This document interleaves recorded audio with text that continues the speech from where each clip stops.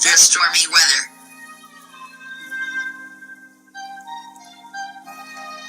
Making leaps and bounds through advocacy. Spreading joy and awareness for all to see. There's no community without you and me. We stand on the shoulders of giants. We build each other up. We expand our networking and resources. We never give up. We stand for what is right. We never go down without a fight. The African proverb says, it takes a village to raise a child. I say, it takes a village to become a community.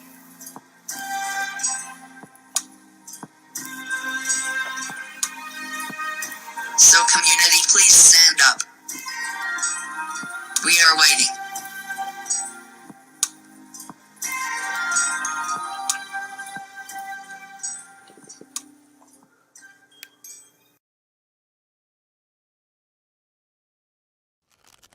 The pain of our past persists to this day.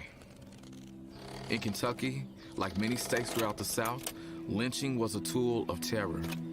It was used to kill hopes for freedom. It was used to kill my ancestors. Now, in a historic victory for our Commonwealth, I have become the first Black Kentuckian to receive the Democratic nomination for U.S. Senate. My opponent, the very person who compared expanded health care to slavery. The person who said he would have opposed the Civil Rights Act. The person who single-handedly blocked an anti-lynching act from being federal law. The choice couldn't be clearer.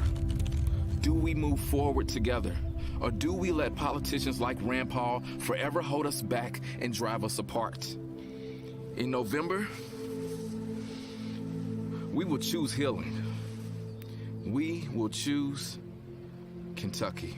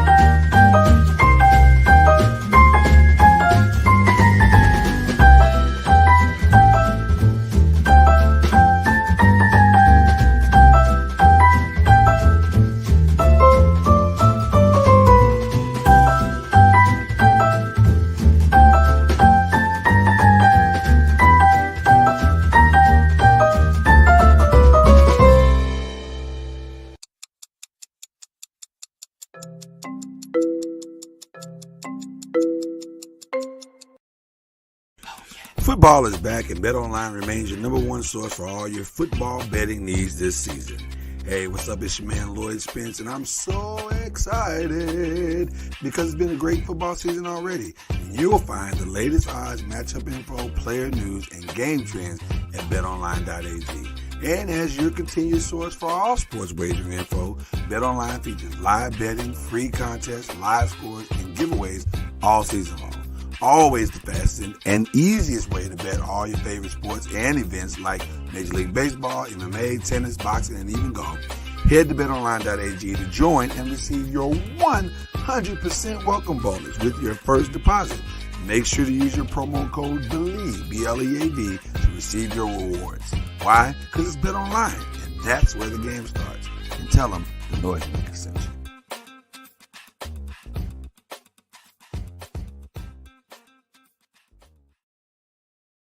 Popcorn World.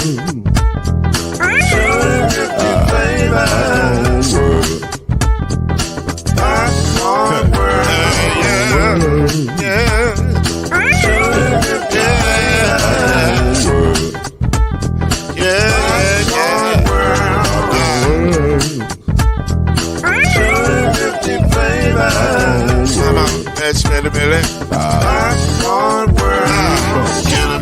Now, yes, I can. So you can get this groove in the back of a can. You can make it round the world with the moves in your hand. Popcorn World. 250 flavors gonna make you smile. 250 flavors gonna make you smile. 250 flavors gonna make you smile. I said popcorn make you smile. Ah. Popcorn World. Popcorn World. Popcorn World. It's a popcorn world. It's a popcorn world.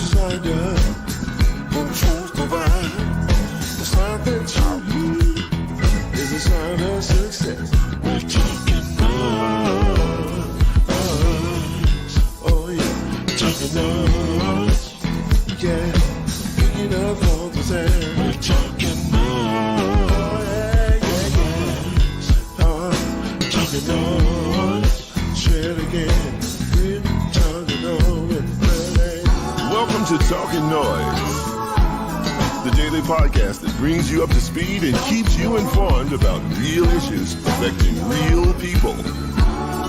With your host, Mr. Talkin NOIZ himself, Lloyd Spence. His beautiful wife, Mrs. NOIZ, Kenyatta Spence. The ever-informed Brother NOIZ, Alan Brown. And yours cordially, Uncle NOIZ, Shake Anderson. Come on in and join us as we reveal and opine today's most pressing issues. Real truth while having real fun. Talkin NOIZ is in your house right now. So sit back and enjoy Talkin NOIZ.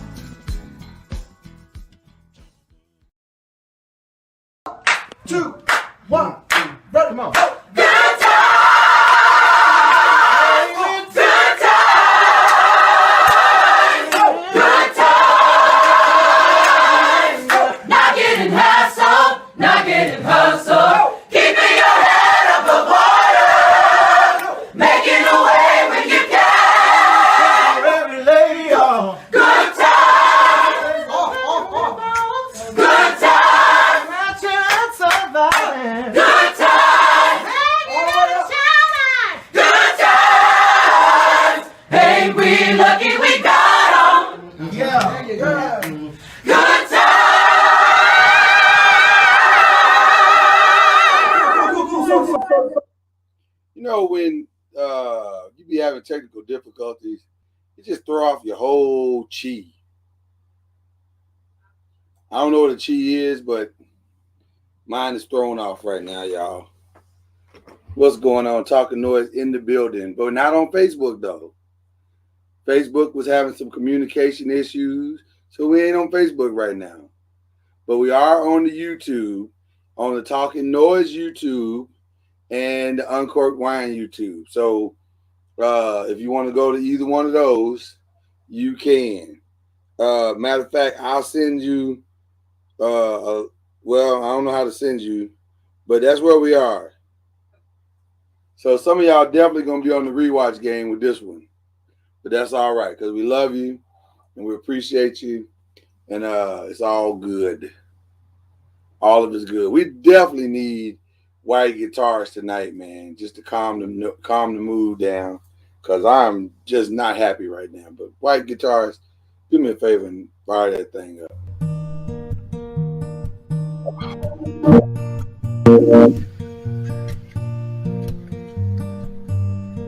Thank you, white guitars. Hello, everybody. It's good to see all of you. We're grateful to be here with you tonight. We're on topic. The daily podcast. If you don't mind, if you don't mind, grab your drink, grab your Bible, grab your Tylenol, just settle on in for the night as we enjoy this wonderful podcast. Thank you, White. I love White. You making this sound so and calming my nerves down. I appreciate it. Mama Noise, what are you up to? How you feeling? I'm well. You always well.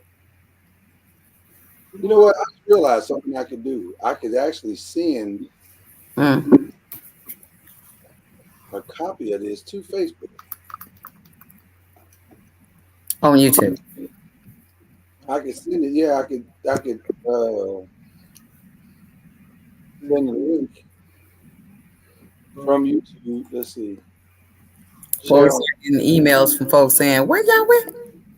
I know. I don't like doing that to people.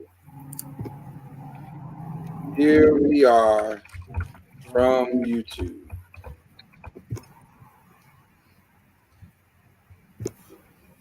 All right, there we go. All right, I just sent it over to Noisemakers. I just sent it to y'all on YouTube. There you go. But I don't like the first. I don't like it. I'm not here for the confusion. I'm the author of confusion, and it's ironic because we're gonna talk about somebody today that is wildly confusing. So it's ironic that we're having confusion on the night. We're gonna talk about somebody who brings nothing but confusion. Ain't that something? That is something. All right.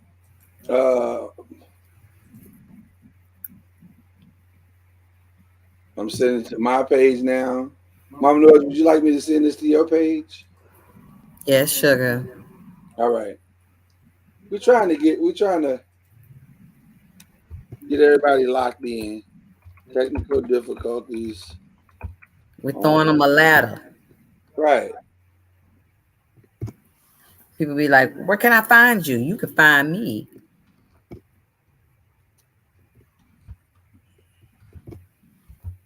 There we go. That didn't even fix the word. I know why I'm typing. Why are you typing, Mama Noise? You think you're the only one that's trying to tell people that there's a bridge over troubled waters? Yeah, but yours is loud though. That's because I'm heavy-handed. You are heavy-handed. Gee whiz. There are benefits to that, sir. Is it? Is it really that many benefits? Is it like a lot? It's very sad that I have to tell you that, but that's neither here nor there. Well, now listen, Mama Noise, we love you and we appreciate you. I'm always gonna ride for you. What is that? Your sister dog. Oh, that's right. She lives next door. You know what? I forgot she lives next Ready to door. go. Mama noise. What I is was. that? I was. Right? I'm gonna lie to you. I was. I know you just ready to come for me right then. Did you not hear what you just said? I said you was ready to come for me right then.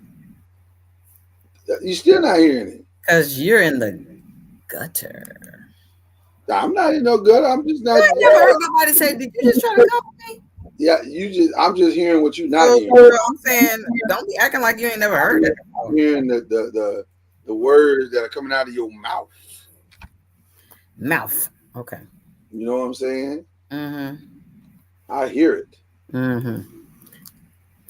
How you feeling tonight? Are people checking in? It's gonna be a weird check-in process tonight, y'all. I ain't gonna lie to you. Hopefully, we'll have the technical stuff worked out by tomorrow. This time, it's not production's fault. No, it's not production's fault. It is clearly. Facebook is tripping. It's tripping tonight. We're gonna be all right. Facebook be tripping. But if God got us, then we gonna be all right. Can you hear me? Can you hear me? We're gonna be all right. All right. All right. So I sent it out to some people, and you sent it out to some people. Now we ready to go. There's Dion King. Dion gonna find us. Love me some Dion King. I mean, listen. Can you hear me? Can you hear me? We gonna be all right. Yep.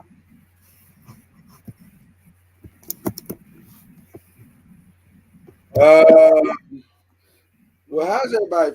You said you're doing all right, Mama Noise. Everything's good. I am, man. Yep. Go ahead.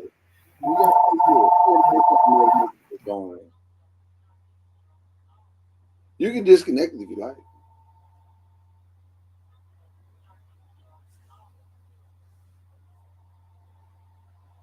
Now, can you go ahead and just talk? There's the name of two of us on here.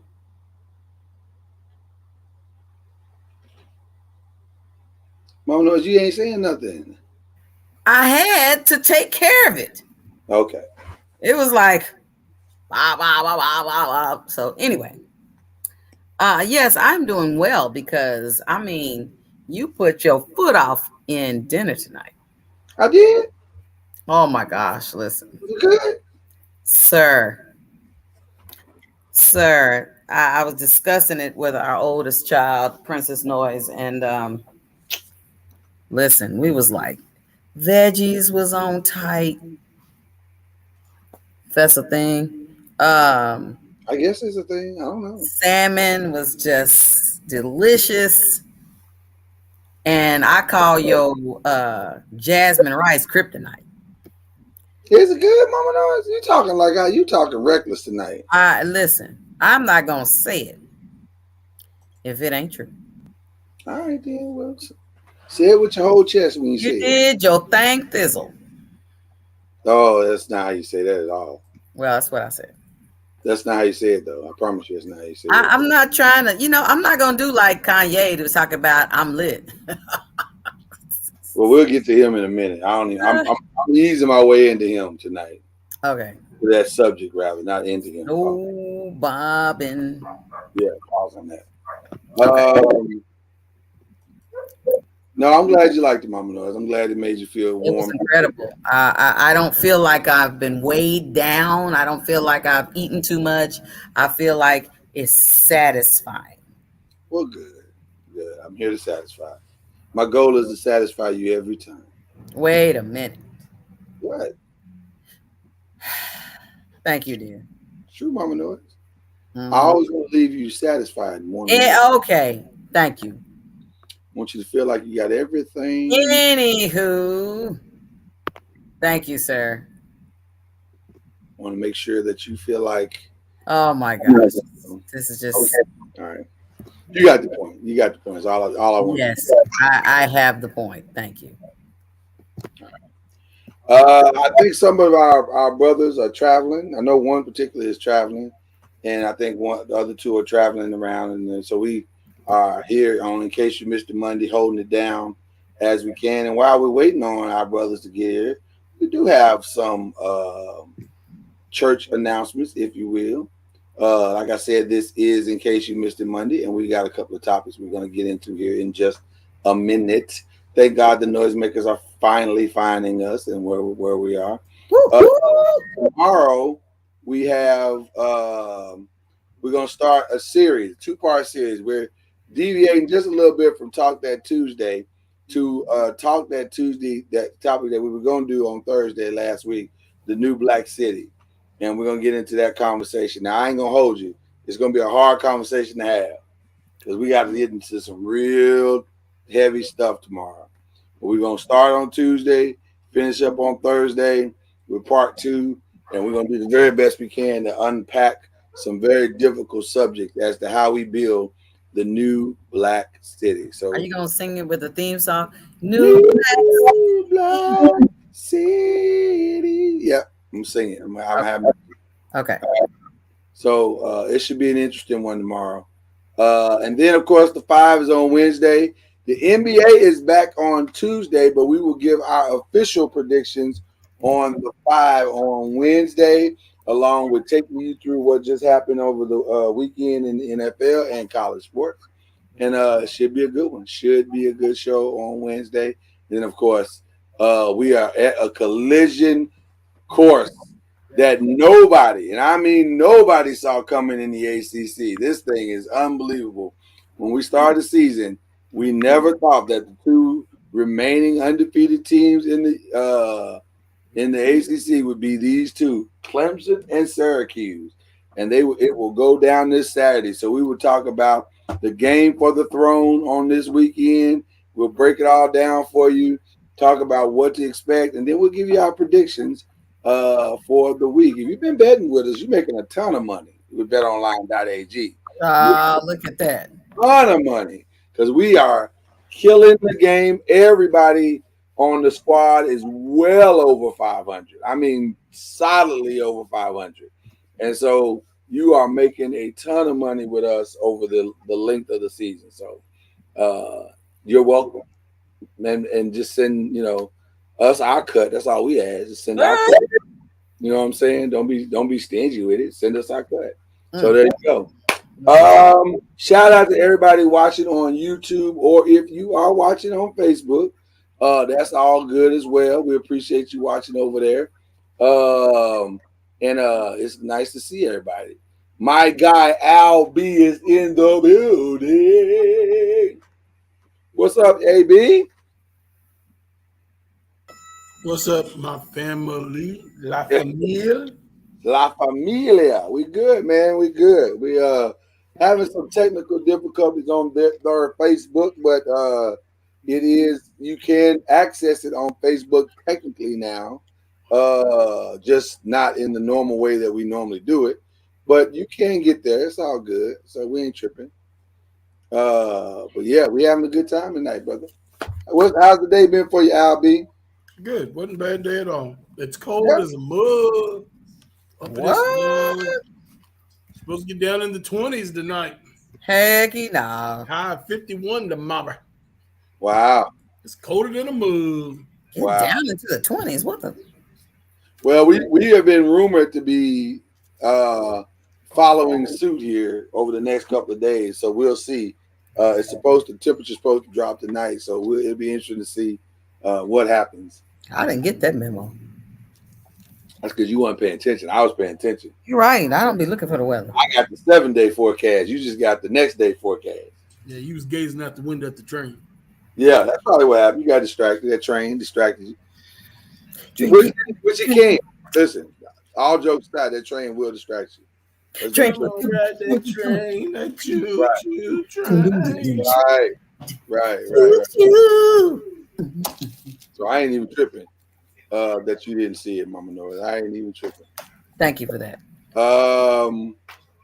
But anyway, I digress, as they say. I digress. Al B, everything else is good though. Everything's wonderful.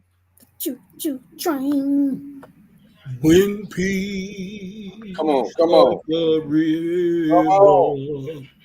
It is well. You did well. You did well. Yeah. All is well. All is well. Okay, good. Because I know you guys took a tough one last night, so that's why I was asking. I was just. Oh no, I'm good. You know me. I'm I not do know you. not that guy. You are a very balanced fan, and I appreciate that about you. Normally I don't buy into moral victories, so I'm not gonna call it that because I don't believe in moral victories. But I was impressed that the fact they threw 3 interceptions and still was in it till late in the quarter. So I think it's safe to say that the NFC East as a whole, minus the Commanders, obviously minus the Commanders, is we doing all right this year. We're doing all right this. We got some good teams. We're probably gonna send 2 teams, maybe 3 if some things fall in order, but for sure 2 is gonna make it to the playoffs. So I'm excited about all of this that's going on right now. I felt bad for Lamar because I love Lamar. Yeah. But we had to do what we had to do. So I get it. I get it. So anyway. I honestly think I would root for Lamar against my own Dallas Cowboys. I was struggling. I ain't gonna lie to you. Yesterday, I was struggling because I always want him to do well. Right. I love his journey, man. Yeah, I do too. Now, it's got nothing to do with the fact that he played for Louisville, home team. I love his journey. For me, it's got a little to do with that. but I do love his story. I love his story, and I love what he represents. And I want him to get his money and get his opportunities. I want all that for him. Speaking of stories, talk to me, man. And I didn't see any promo or heard any chatter about it, so I hope I'm not breaking any of your stories. No, go ahead. See that HBO Max is coming out with the Lizzo story. The what? Lizzo. Mama Noise love it. It's a documentary. Oh, it's a documentary on Lizzo? Mama Noise, are you interested in that? We know you're the documentary queen here. You know what? Just because I like documentaries does not mean I would be interested. It may be later this month or early November that it'll be out on HBO Max. Well, I was scared to think they're probably going to be the biggest one they've ever done.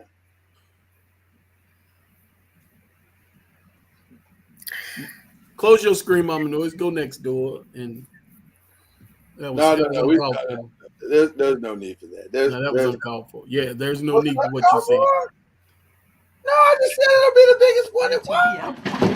Savage! I'm a savage! Oh! How is that savage? Listen, Lizzo is a superstar, people. Right. She probably produced it. I agree with Anthony Bruce. We got that first one out of the way. Mm-hmm. We know who's coming in hot today. Well, you'll find out why here in just a second, because I've been kind of hot all day, actually. Just been one of them type of days. Sometimes when you do In Case You Missed It Monday, the stories don't make you feel better. They make you feel, they frustrate you. And today's is one of them days. So let me get the relatively mundane, not mundane, but let me get the regular stories out the way first so we can get into the other ones here. Hopefully y'all have been following the story that's out of California with the I guess it's a city council or whatever. This is a weird story. But there was a councilwoman out there by the name of what was her name? Nuri Martinez. And her and another councilman, listen, let's be clear, y'all.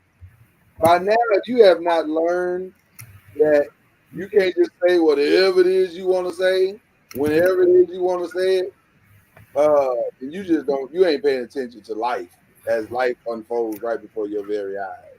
Mm. The councilwoman tried to say what she wanted to say in the conversation, and with another council member, and it did not end well, to say the least. We have the breaking news story coming out of LA with KTLA. We give them all the credit for this story. So I won't try to explain it because I can't explain it better than what they're gonna explain. So let them explain it.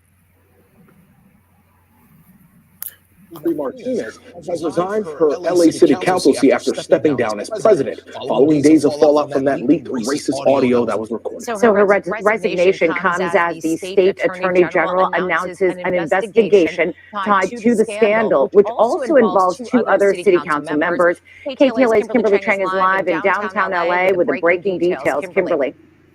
Sure, Pedro, hi. As you mentioned, she initially stepped down as council president and took a leave of absence, but she held on to her seat on city council. But after public outcry, she officially announced today that she's out.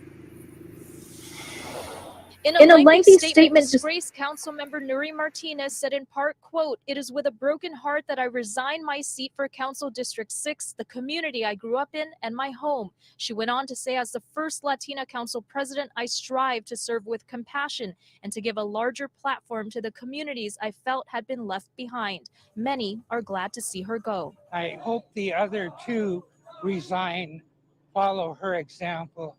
Martinez was on a leave of absence after already stepping down from her position as council president this week. This latest move comes hours after a crowd of people interrupted Wednesday's city council meeting, which was dismissed early.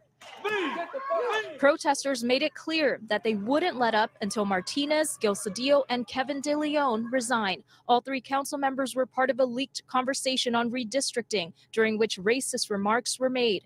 Acting Council President Mitch O'Farrell told reporters there's no other option but for them to resign. The emotions are only going to flare more and more and more. This is not going to calm down. Reaction poured in. Mayor Eric Garcetti said the decision is in the best interest of a city that I know she loves. Councilman Curran Price said her resignation signals the beginning of the end of this nightmare that she, De Leon, and Cedillo created for the city.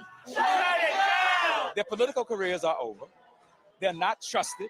Meanwhile, California Attorney General Rob Bonta confirmed his office will investigate. There's no place, let me be absolutely clear, no place for anti-Black, anti-Semitic, anti-Indigenous, homophobic, or discriminatory rhetoric of any kind in our state, especially when it comes in relation to the duties of an official.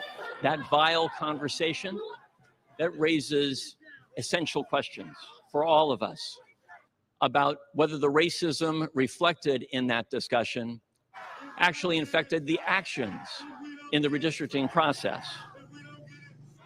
And City Attorney Mike Feuer, who you just heard there, also called for City Council to vote to put in a special election next year and propose an independent redistricting process. You're muted. So I understand exactly what my cousin said there. Over in the chat, he said, "I am fundamentally against legal conversation." I totally get that, because all of us can be guilty of saying something privately that we would not have otherwise said publicly. Now, here's the other challenge of that I sense as well. And it's difficult to come back from or to justify what you said privately. You know what I mean? It's hard, because if you said it, you said it. And it's, I mean, if that's your private feelings, that's your private feelings. But once you say it, you done said it. I don't know what it is you got going there, but there's an echo going there, baby. All right. We're gonna figure it out though. Get production in there on it. And see, that's the other part. When you have power, it makes it even worse, because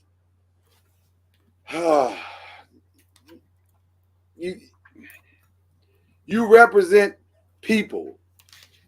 You know what I mean? So that doesn't make it right that you said it privately and you don't have power and that's how you feel. But there's a level of accountability that you have when you represent people. And man, I don't know, man. That's a tough one. I understand exactly what Lewis is saying because that's where we are right now, societally, man. If you say something privately, there is a strong chance you could get busted on that thing. There's a strong chance you get busted on that thing.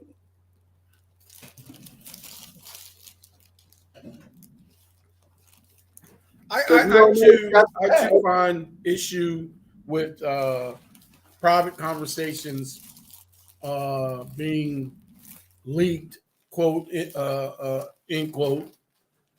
I don't think it's by accident. However, when the information has been uncovered, it is what it is. Action has to be taken. So you don't just ignore it because of the method in which you received it. Not in this case. You know what I mean? Yeah. They are public officials working for the best interest of the people of whatever districts they might be in. So, Speaking of that, let's hear it.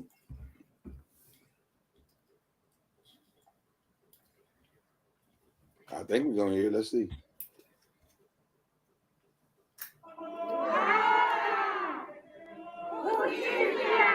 Did we miss it?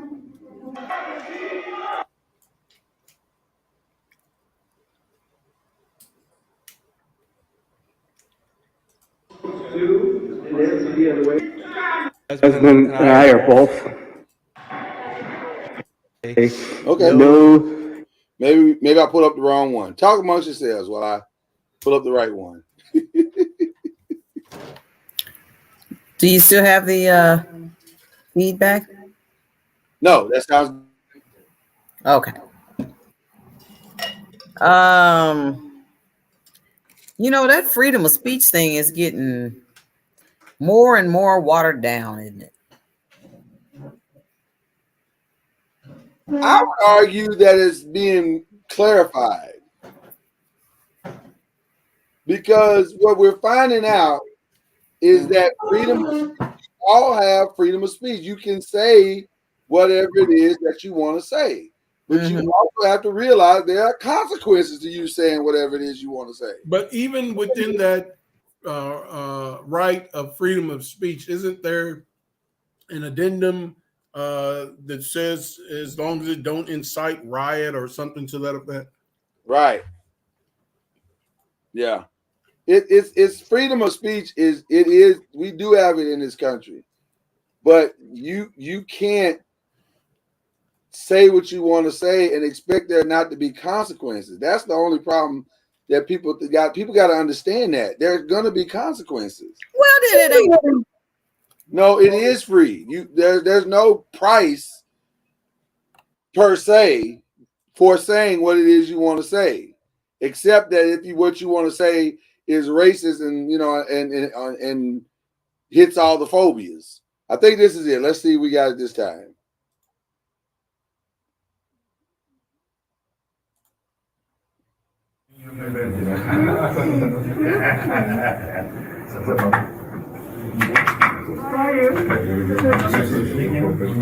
With my dog Martin.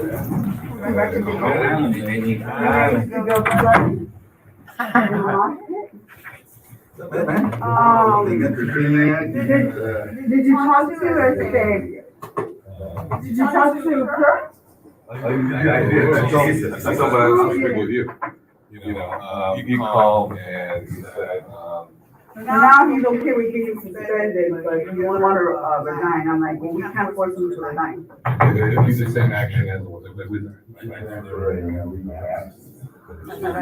what I think you should do. But you know how Don't ask. Mark is Mark. But in this case, I don't think the feds have talked to him yet. You know that meeting?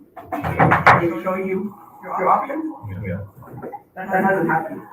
So he hasn't done, and then. He's gonna get arraigned on Wednesday, but I don't think the meeting where they kind of show you, here are the options, this is what we got. Okay. So these are your options. I think the meeting was something like this is what we got. This thing is long, so we're not gonna play the whole thing. Cooperate?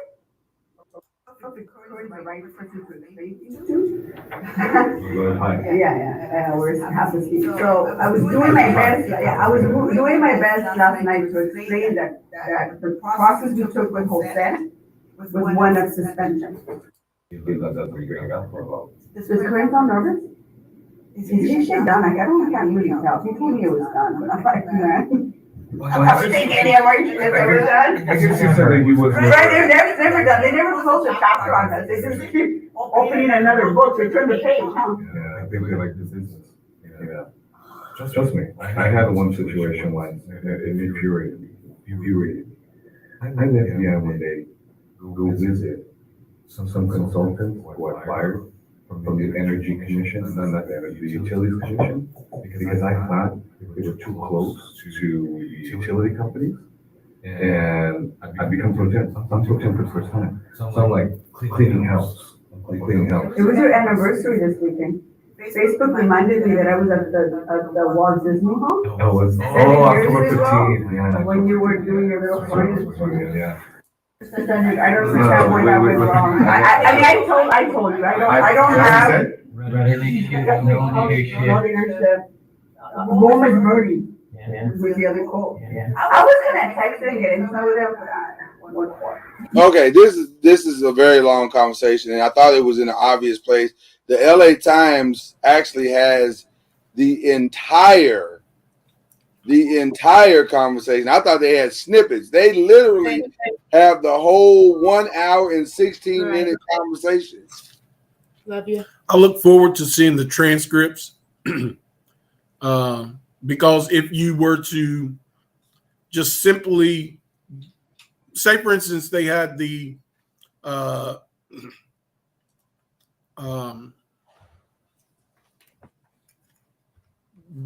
language that was offensive. Say, for instance, they had that time stamped. Right. To fast forward through that just to get to that part and not listen to it does them a disservice. So I look forward to seeing the transcript so I can read through it, understand it, because you might want to go and get the racist button ready, because that female that's speaking sound like she ain't been across the border very long herself. So to be a God damn, that was racist. But not I'll own that because for her to be in a conversation that is deemed racist toward other ethnicities, she ought to be ashamed of herself. Yeah. Because with that heavy guttural dialect that she has, she should really be ashamed of herself. Okay, so I've actually tracked down some of the conversation, and I guess I can share that as well. LA Times has some of the transcript here. Hopefully you guys can see that. One of the things that Martinez, which is the young lady, said, she's sitting with some of the council members. She said Martinez and the other leaders present during the tape conversation were seemingly unaware they were being recorded. As Martinez said, a white council member handled his young black son as though he were an accessory, and said that council member Mike Bonin's son, Pariche Changuito, or is like a monkey. And then Martinez also mocked the Hawkins and said, which is a group of Mexicans from Oaxaca, Mexico, and he said, "F that guy, he's with the blacks."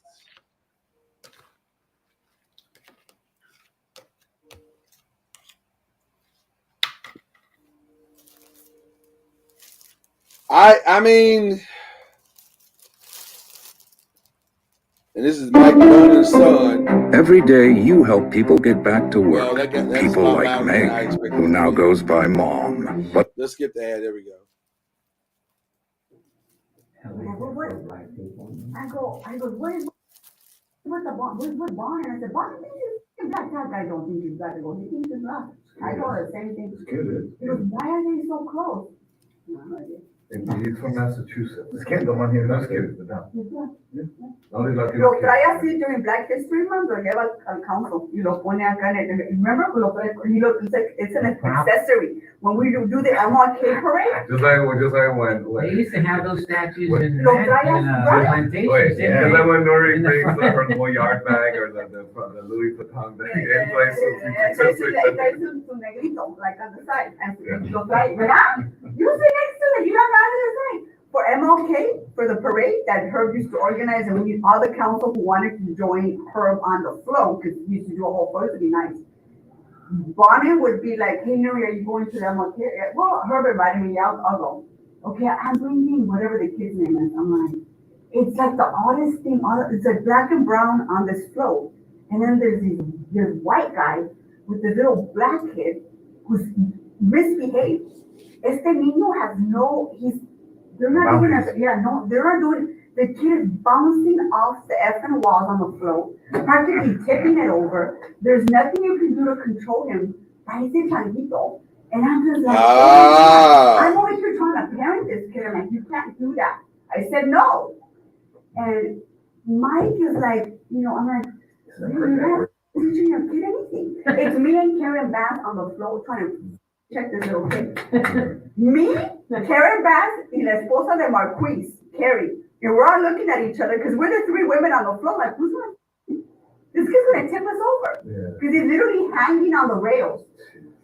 Well, you can't let him off because the spectators will beat his ass. Yeah. They're raising him like a little white kid, which I was like, this kid needs a beat down. Like, let me take him around the corner and then I'll bring him back. Yeah. ¿Sí me entiendes? Ven para acá. Yeah. Yeah. But yes, he's the fourth one. So anyways, getting back to redistricting. Okay, so that gives us a little more context. So she didn't actually call him a monkey. She said he was hopping around on whatever this float is like a monkey. Oh, can y'all hear me? Yeah. Yeah, I was muted too. Okay. So Weird.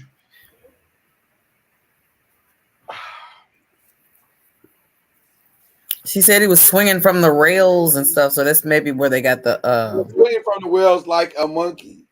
Mm-hmm. So I don't know. The monkey thing obviously is a deeply gray area because because you made effort to specify his black son. Right. So in context in that conversation, it does sound really, really bad. It's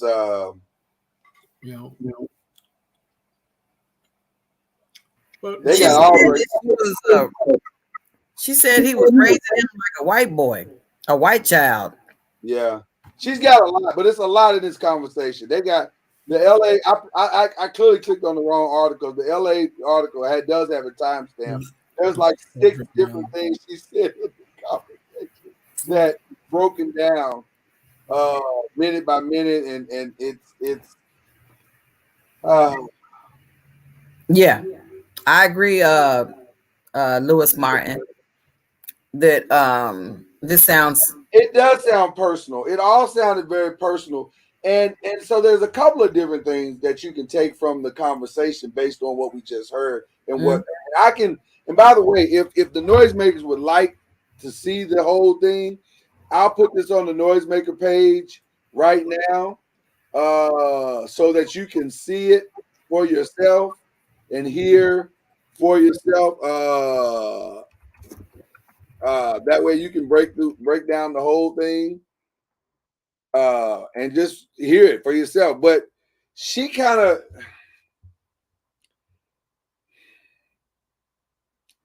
because I go back to what Lewis said, and I think and what you said, Al, it's private conversation. I get it. We've all had private conversations about somebody we didn't like. And if you heard that conversation maybe we wouldn't look so favorable if the private nature of that conversation were to be made public.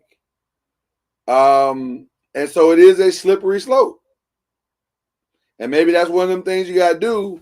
You got to ask the people you talking to and say, hey, man, are you recording me? I guess you got to ask. Because that's the question I have. How did they get this tape? Like, was there somebody in the room that basically hated all these people? And they were like, I got their ass now? I mean, I don't know. You're like, man, these type of friends you got, you don't need enemies. Well, I don't know. But see, we don't know. But obviously, there was an enemy in the room that they were all unaware of. It was like, I'm finna clean this whole house out. Right. They were all unaware of it. So, you know, but I don't think the recording was malicious, because early in the article it says they forgot that the conversation was being recorded. It doesn't say that someone unknowingly recorded this conversation. Well, then why is it called a leak? Well, but let me say this: while the recording itself may not have been, the releasing was. The release was absolutely malicious. Because if this is somebody you cool with, you're like, oh my God, the thing was still recording. Delete. That didn't happen. Right. It's like, let me drop this off with TMZ. Well, that's tough, boy. But you know what? It sounds like she's not a very nice person either. Oh yeah, they was like, woohoo! Maybe that's okay. F that guy. He's with the black people. Right. Even if he had said F that guy, he's with the white people. That's still egregious. You know what I mean? Yeah. From a person in that position. So what if she said privately F that guy, he's with the racists? Huh? What if she said privately F that guy, he's with the racists? Would we be okay with that? I think that's the same. In her position. Now, I would agree with her. I would stand with her if that was a statement that she made. But in her position as a public official, elected official to represent groups of people, I think that's inappropriate, egregious behavior. So I would say that, either way, that's no different than the orange president saying that, certain countries were shithole countries. Right. Exactly. That's your opinion. You're entitled to it. But in your position, you can't make statements like that. Right. You should not. You can, obviously, but you should not. Well, let me just say this. A theme seems to be developing tonight because we have more stories about what can be said and what can't be said. So I think I'm gonna go to the other story first because the last one is just stupid and petty in my opinion. But the Kanye West. Let me just say this. I have tried to stay as far away from Kanye West stories as I possibly could. I don't want to talk about Kanye West. I'm trying to understand that this is a man who, like my wife said to me earlier today, he's sick. He's got some problems. He needs some help. And we know that. So just kind of let it be whatever it's going to be. I've tried to kind of take that approach because I think she's right. I think she's 1,000% right. And I honestly felt like that's the way I needed to just kind of leave it until yesterday when he was on the Drink Champs for yet a third time. And Nori had him on and he made a statement. And I think I have that statement. First of all, mistake number one. Drink Champs. Well, that is a mistake because although he wasn't drinking, he said this full on sober. But They be having the smoke going. They be having They alcohol going. They absolutely have the smoke going. I mean, you know. Oh, okay. Maybe it was. Oh, wow. So the clip has been deleted. So wow. No, that's okay. I get it. I get it. I'll give you guys the 6-inch version of the clip of what it was. Wait a minute. The clip you just saw? Yeah. Well, listen. So let's go back let's go to the end, then we'll come back. Nori actually talked about the clip earlier today on the Breakfast Club. I mean, on the Breakfast Club and on Hot 97. Okay. He said, I was wrong. I let him go too far, and I shouldn't have, and that's my fault. And here's the statement that he made. He talked about a lot of stuff, but I'm going to talk about the most egregious thing that was said on the show. And that was that George Floyd did not die from Derek Chauvin's knee being on his neck. He died from fentanyl, which was part of what the defense said.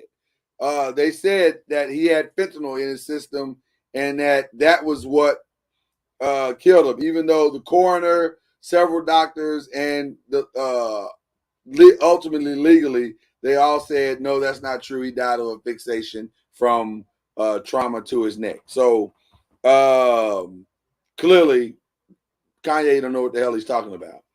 But the matter-of-fact nature by which he said it, if I can be completely honest and transparent, pissed me completely off. I mean, completely off.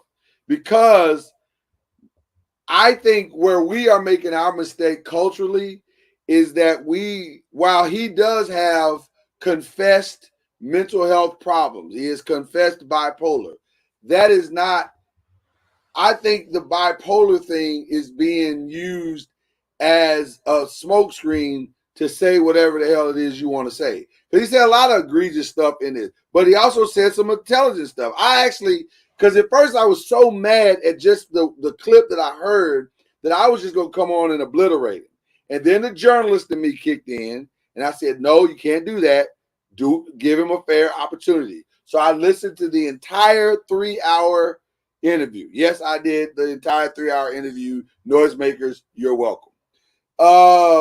But after listening to the entire 3-hour interview, I realized Kanye,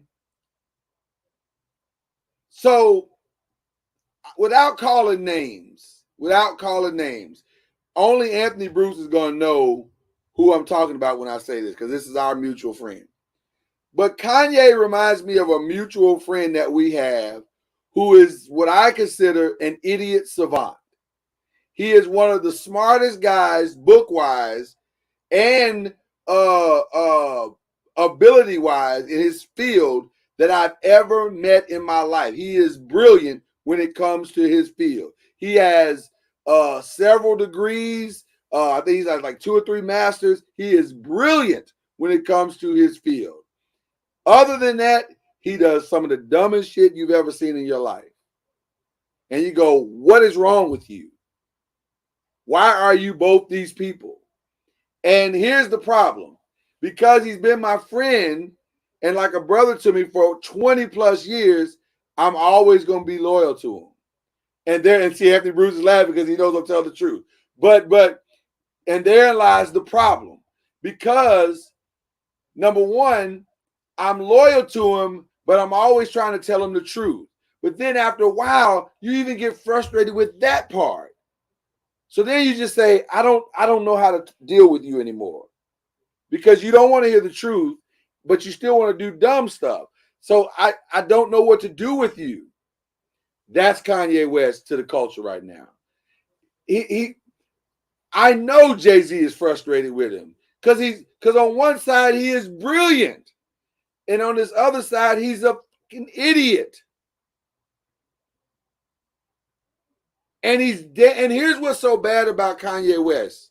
And y'all correct me if y'all think I'm wrong. Al, Mama Noisemakers, y'all correct me if I'm wrong.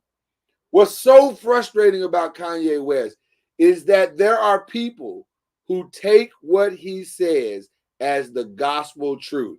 The most egregious part of his comments, and you won't be able to see it now because the video's gone, but were the comments of people saying, why y'all trying to mute Kanye? He's just telling the truth. He's laying it out. First of all, just because I rap a truth in the midst of a bunch of bullshit, that don't make everything I said true. And that's Kanye West in a nutshell. But I think, to me, this is my opinion, and this is also my choice. And actually, I'm probably going to do this right now in real time while I'm thinking about it. I think one of the reasons why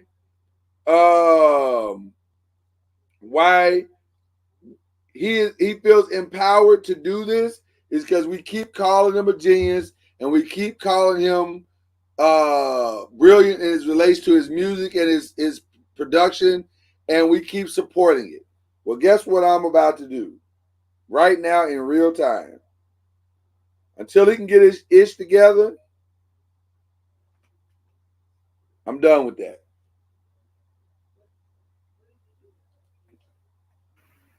What are you doing? Can y'all see that? Maybe you can't see it. All we see is a square. What does that mean? You deleted the Kanye West playlist? It's over. I gotta do something. I gotta do something. I can't keep letting this dude just do whatever the hell he wants to do. And like it's okay. So no, I gotta get him off my playlist. I gotta get him off my timeline until he can get himself together. I'll support you from a distance, and I'll pray for you eternally until you get your life right. But I'm not gonna keep supporting you. I'm not gonna keep supporting your music and empowering you to do dumb shit. Go ahead, unmute out. My bad. I'm not sure where your clip came from, but I watched several clips from the podcast Double Toasted. Okay. And they addressed it as well. And one of the key things they said, and I'm paraphrasing, is that we honor his contribution not only to the music industry, but to our community and our culture. We honor that. Right. You can't deny that. Right. But what we do is we turn a blind eye to his bullshit. Right. Because of his content, because he, I don't know who the host. I've never watched that podcast before. Nori. Is that Double Toasted? Oh, you're talking about the host of the I'm talking about Double Toasted. Gotcha. One of the hosts on Double Toasted. He, in essence, said the same thing you just did. Somehow or another, because we're not on Kanye's level, so we can't have that conversation like the guy from TMZ, had the opportunity to address him and say, what he said to Kanye. We don't have that. So what do? We need to stop flocking to his streams, buying his music. You have to somehow or another put him in check. Yeah. However your ability is to put him in check. If it's not purchasing any more of them ugly ass shoes or them dumpster diving outfits that he's selling, whatever the case may be. However you can put him in check, Kanye needs to be put in check. And set aside from your appreciation for his music genius. So, well, somebody got his attention. Part of that podcast that he was on, Drink Champs, I did hear a snippet that what it said, he had 4 sold out stadiums, concerts, 4 stadiums sold out for his concerts, and they removed all those concerts were canceled. And also he was supposed to be on The Shop with LeBron James and and Maverick Carter and those guys and Jeezy and some other guys, and they refused to air the show he was on. They canceled the episode. Now, let me say this about that though. I almost wish they hadn't done that, because we have to keep exposing his nonsense, because we've got to hold him accountable. We can't just keep protecting him, because culturally that's what we've done. We've kind of insulated him and said eventually he's gonna come out of this. Eventually he's gonna make his way back. Eventually. But he seems to be doubling down, and he keeps talking about, I'm not gonna let them silence me. I'm not gonna let. Okay, well, bruh, if you want to say whatever it is you want to say, go right ahead and say it. But say it over there. Wherever over there he is, say it over there. You're not I agree with you, Anthony Bruce. You're not the voice of Black America. You keep trying to say you want to help us and rescue us. Bruh, you wearing a White Lives Matter t-shirt don't help us. I don't care what type of weird philosophy you have constructed in your mind. That is not helping us. You saying that George Floyd was not murdered, but it was the fentanyl, does not help us. You aligning yourself with someone who is so egregiously offensive to Black America, like Candace Owens, does not help us. That's not helping us. You're not freeing us. And you're certainly not doing it in the name of Christ.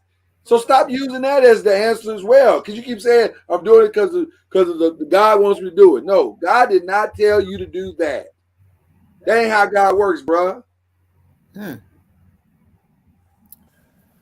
Wow.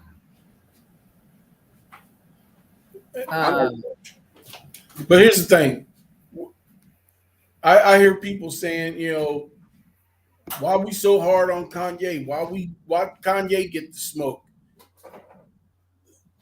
The Candace Owens, the Tim Scotts, they don't have the cultural influence that Kanye has. They don't touch as many members in our community as Kanye.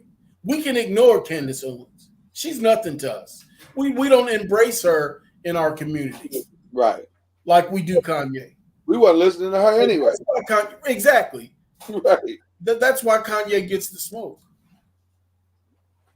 I'll tell you exactly why. I can tell you right now exactly why he gets it. One reason he gets it is because of 18.2 million followers on Instagram. Another reason he gets it, let me go over there real quick, and I can tell you, like I said, I can tell you exactly why he's getting it. 31.5 million followers on Twitter. That's why we're giving it to him.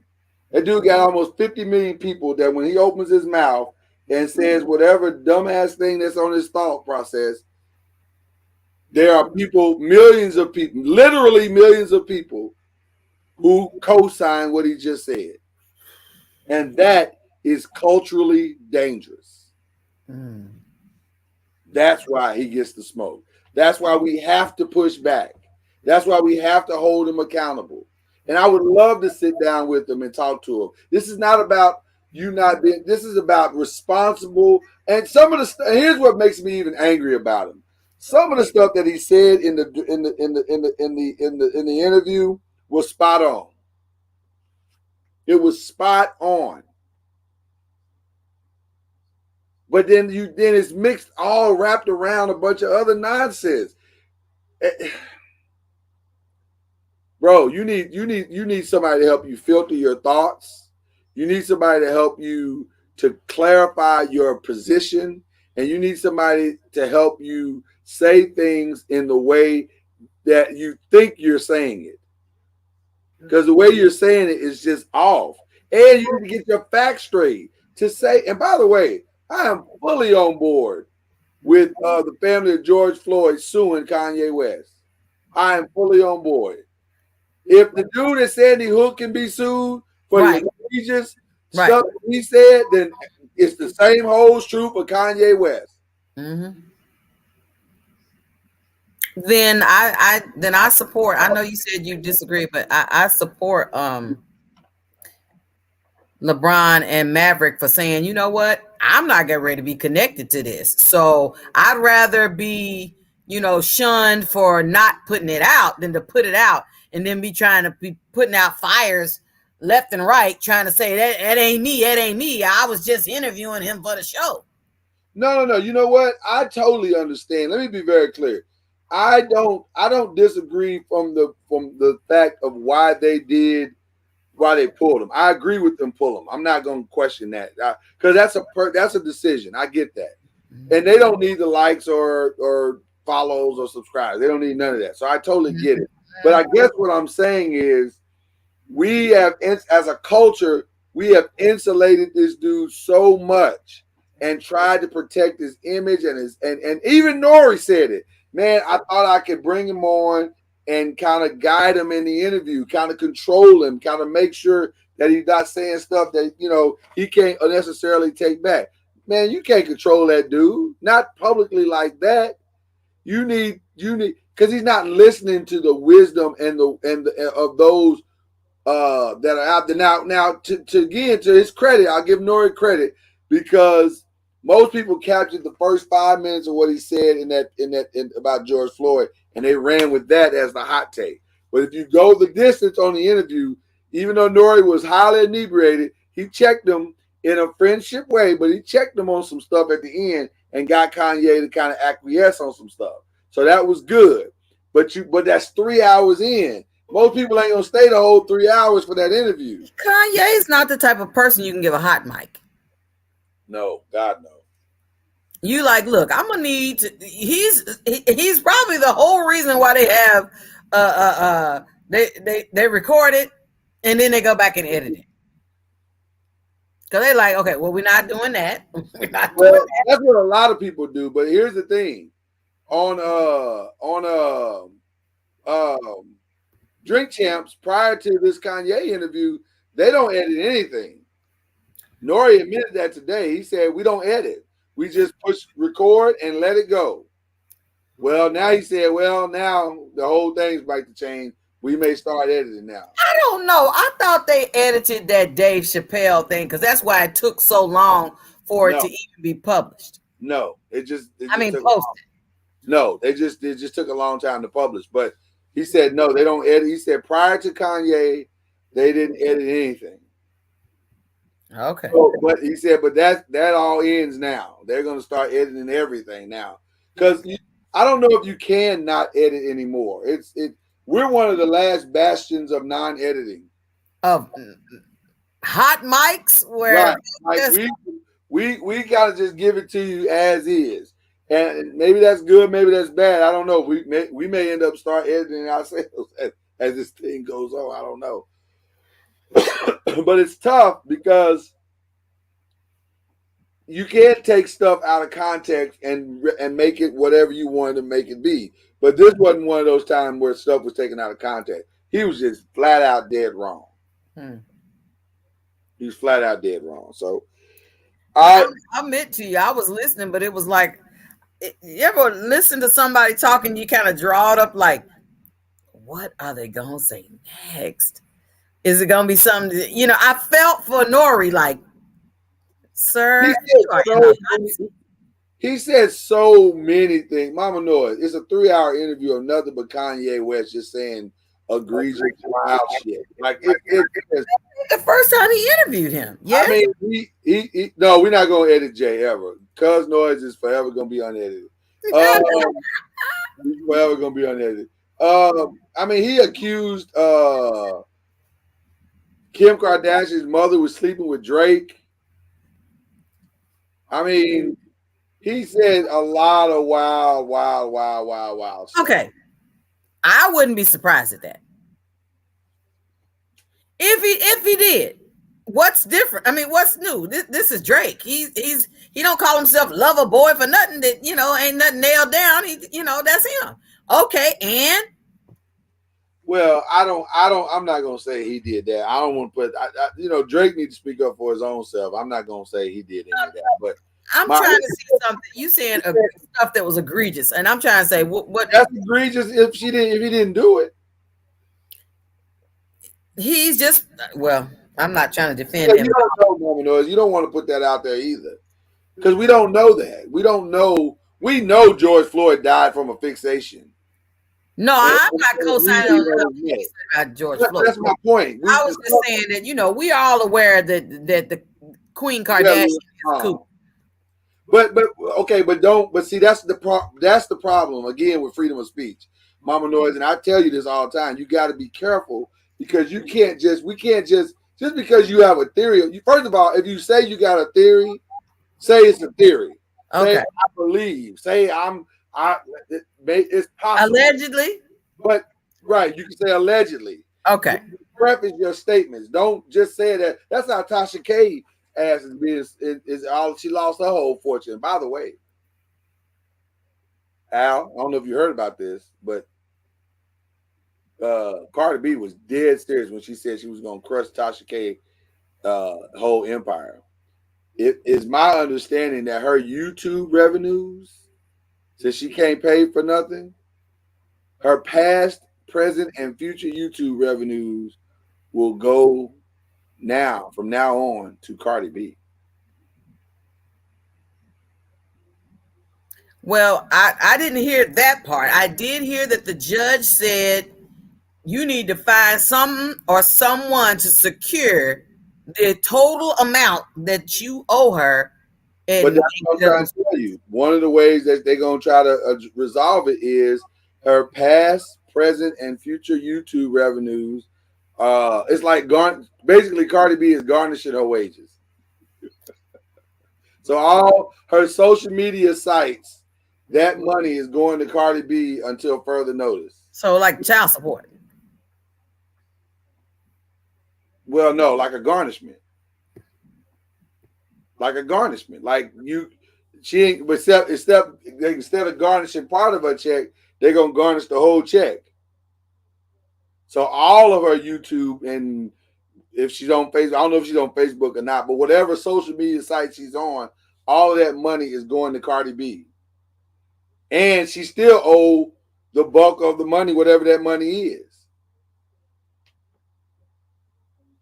Well, then that means her aspirations of trying to run off to Ghana or wherever part of Africa, they like, look, we reached that far too.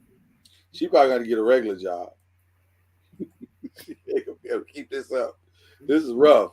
This is rough right here, man. Lord have mercy. So anyway, they're taking all the money. Anthony Bruce, all. All. Not just all, but future. Right. I know what you're saying, because garnishment normally, but this is not a regular garnishment. This is a lawsuit. And I think Tasha K said, I can't pay the money. So I think in a bankruptcy situation, which I don't know if social media revenue, streaming revenue can be filed under bankruptcy. No. So she didn't listen. That's why I be telling your Mama Noise, just be careful what you say, because we ain't, what I'm not trying to do is pay somebody money, when we can say allegedly, or it is our understanding that, we preface these statements. We ain't putting out, I mean, the chick could have, if she'd have came out with an apology, she was like, she ain't doing that. Well, she admitted that she was wrong. She wasn't doing that. I'm saying, if you're saying, I apologize. I had, this so-and-so, I had a source that gave me this information that gave me the understanding that these were facts. Well, that's what she said. She did say that. Yeah, but once you went to court and you done seen the documents, the judge done said what he said. Why didn't you say, well, the information I got was wrong or But Mama Noise, that's what I'm trying to tell you. She didn't do that. When she got busted, she kept going. She doubled down. She was like, I don't care. Her pride got in the way, and she was like, I don't care. My source and blah, blah, blah, blah, blah, blah, blah. And I'm like, okay, you realize you're not a real journalist, number one. And number two,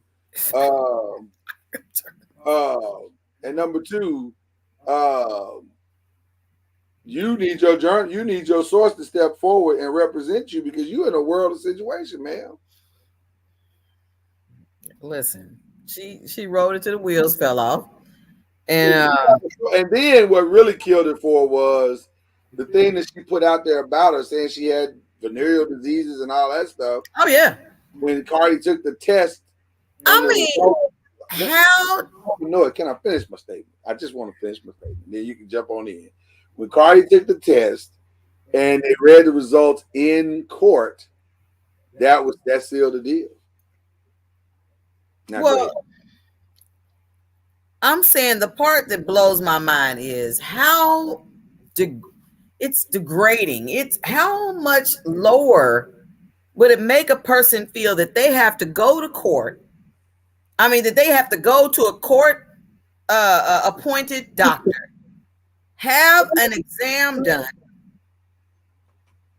and then, do all of that because this person is saying, I know I'm right, and you finna, like, in other words, I'm getting ready to expose you and all that stuff. I mean, you can't get no lower than that to have your.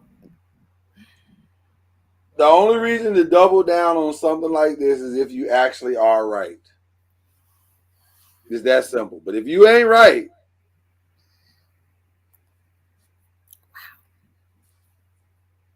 that's something. So there it is. She wasn't right. So I feel bad. Listen. It is what it is. I'll be honest with you. I heard her one time. I don't watch her. I don't listen to her. I'm not a Tasha K fan at all. No, I'm saying I caught a glimpse of her one time on YouTube. Man, that chick be spewing out vitriol. I was like, she had come for, if you remember a while back, Mr. Noise, when she was coming for Kelly Price. Yeah. And was like, your people know where you at. Stop trying to. I was like, what is going on? She was like, she had all the inside scoop about this and that, saying, oh my gosh, calm down. She act like she stole something from her and like she wanted back. Well, she reminds you of the old saying that hurt people hurt people. Apparently. And so I think there's obviously some very deep-rooted damage in her system about whatever. And she's saying, I'm going to take it out on whoever. And you can do that if you like. But there's a price to pay for it. There's a price to pay for it. So, and now she's paying the price. So anyway, the final story of the night, as far as stories, and again, it's ironic that all these stories are tied together, are centered around quote unquote freedom of speech or whatever that looks like in America today.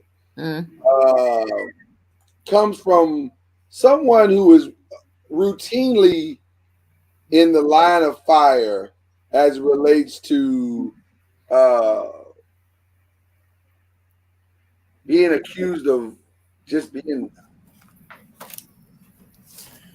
the B word, I guess.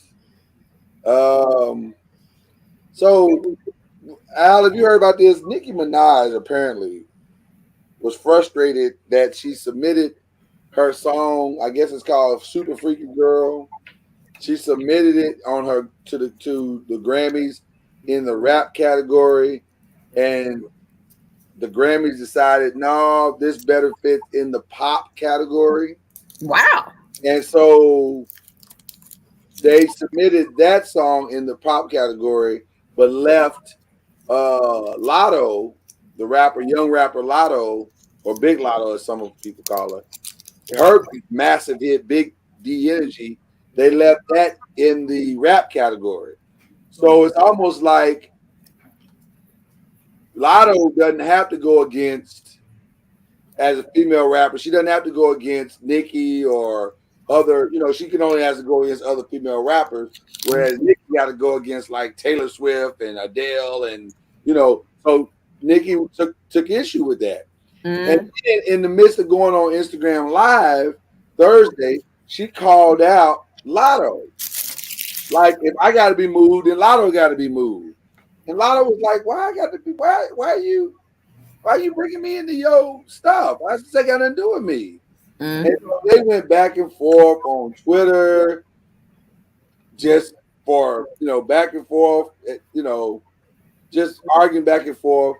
And then Lotto said, "You're older than my mom. Why are you trying to come for me like you're trying to come for me?" And so then they finally, because I was trying to handle this privately, and you trying to out me on Twitter and Instagram, and so it was just messy and stupid. But why I bring it up on this show today is because this ain't the first time. Nicki is notoriously famous for bullying or trying to bully or squelch other female rappers. So can you call yourself the number one rapper if you're afraid of competition?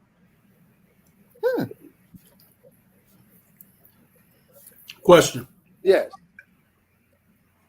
Is this go against the grain, the norm of the Grammy nomination committee? Don't they have that authority? They have that authority.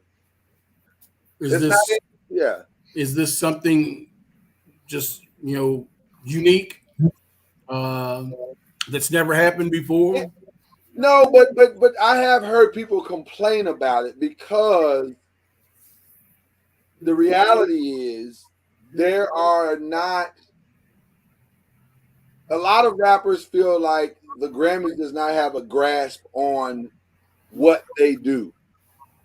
And so when a rapper breaks through to the quote unquote mainstream, a lot of rappers feel like it's unfair to put them in categories that are not rap related, because the people that are voting on the Grammys, usually in the rap category, are people who listen to rap. And if you don't listen to rap in the pop category, then then she has no chance to win that thing, which is probably what's going to happen. So I get her complaint, but the problem I'm having with her is, why do you have to shit on somebody else to make your point?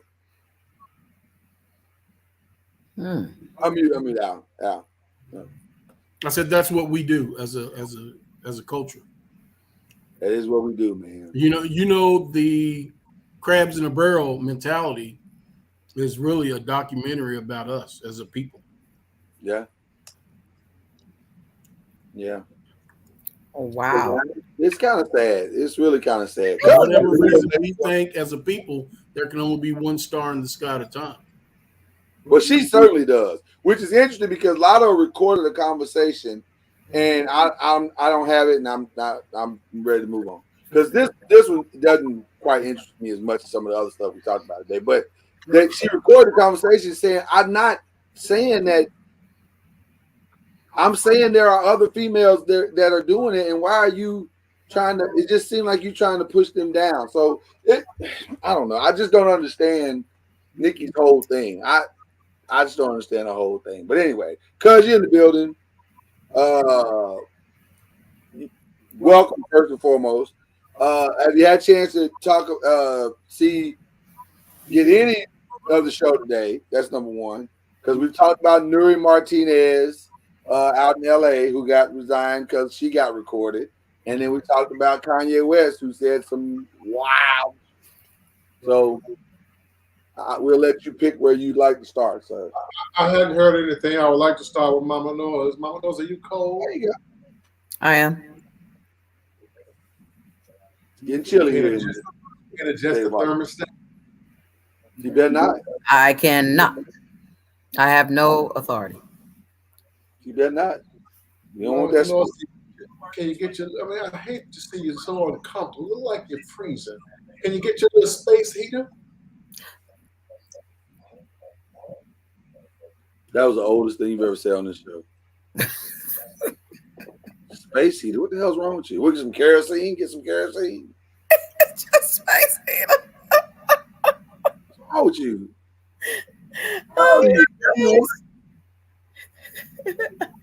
Oh my gosh. By the way, they're asking in the chat for you never to be filtered, so we're gonna make sure that never happens. Oh my God. Perpetual permission to speak freely. Yeah. Twitter was like, look, we Don't can't silence him. Don't silence him. we can't silence cuz him. I don't know if we could if we wanted to, but you know. They were like, please don't edit Jay. We'll never edit Jay. But Kanye West needs to be edited. That nigga is out of control. Oh my gosh. He's out of control. Because when do we stop protecting us? Herschel Walker, Candace, what's her name? When do we stop protecting us? Or should What do you mean by protecting us? What do you mean? Who's protecting us? Well, I think with Kanye specifically, we have culturally kind of protected him. Like he said some wild ish, and we be like, oh, that's just Kanye being Kanye. And some people are calling him out on it, but not enough of us are calling him out on it. And more importantly, not enough of us have decided we're not going to support him anymore. Like I did tonight. Like I deleted all his songs from my playlist. It's over. We're done. I'm not just going to keep supporting you, bro. Like I can't do that. And so I'm wondering what's the George Floyd thing was my breaking point. For him to say that man didn't die from the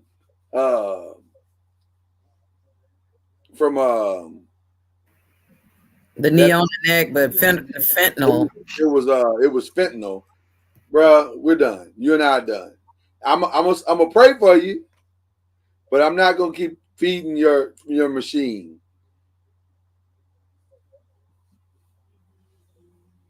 Wow. So we are willing to delete. I don't want to use the word cancel because that's just used way too much. But we're willing to adjust our listening ear and what we entertain ourselves with via television or the radio or whatever, download, streaming, whatever you want to call it, because we disagree with the entertainer. But I don't disagree with him because we see two different points of view. I disagree with him because what you're saying is egregious, it is offensive, and also it is damaging. You just told your 50, 100 million plus followers that this man died of fentanyl, not asphyxiation from a knee being on his neck, and you said it like it was fact. So no, I'm not going to support that. I'm not going to support you. If that's how you feel, you are free to feel how you feel. And I am also free to delete your music off my playlist and never listen to you again until you get your life together. If and when you do. Now, if you never do, then I guess I'm done with Kanye West music. And I've made peace with that.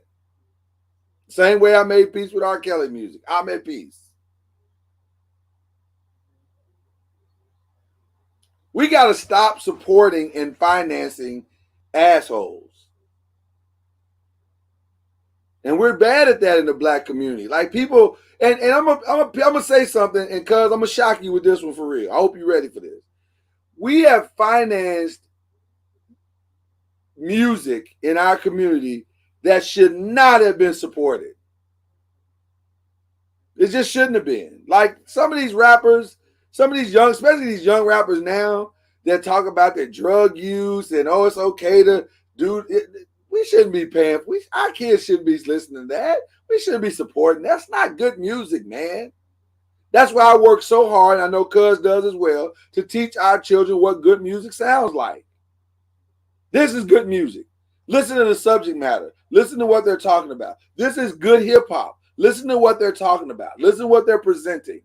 This is the type of stuff, if you want to listen to a great beat or great lyrics, and that's not to say that all the lyrics that we listen to don't have edge or whatever, but I need you to be able to interpret it properly. But this, I don't know what this is. So why are we elevating this to make it sound like it's not destroying us?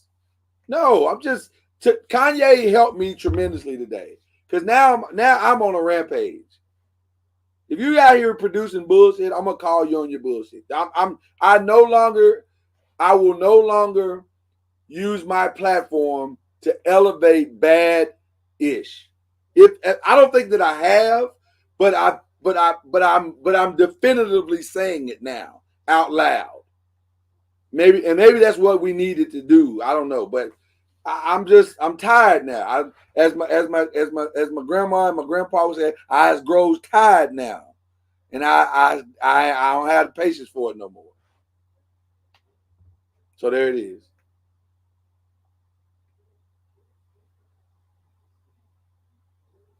You got to unmute, but ladies and gentlemen, I'm sorry, everybody. I appreciate y'all letting me rant, but you got you. That sounds like a change on your part. I'm a little caught off guard because I know how much you love music. I love music. I love it. That's one of the reasons why I associate with you, because it's really easy to find people you have things in common with. Mm-hmm.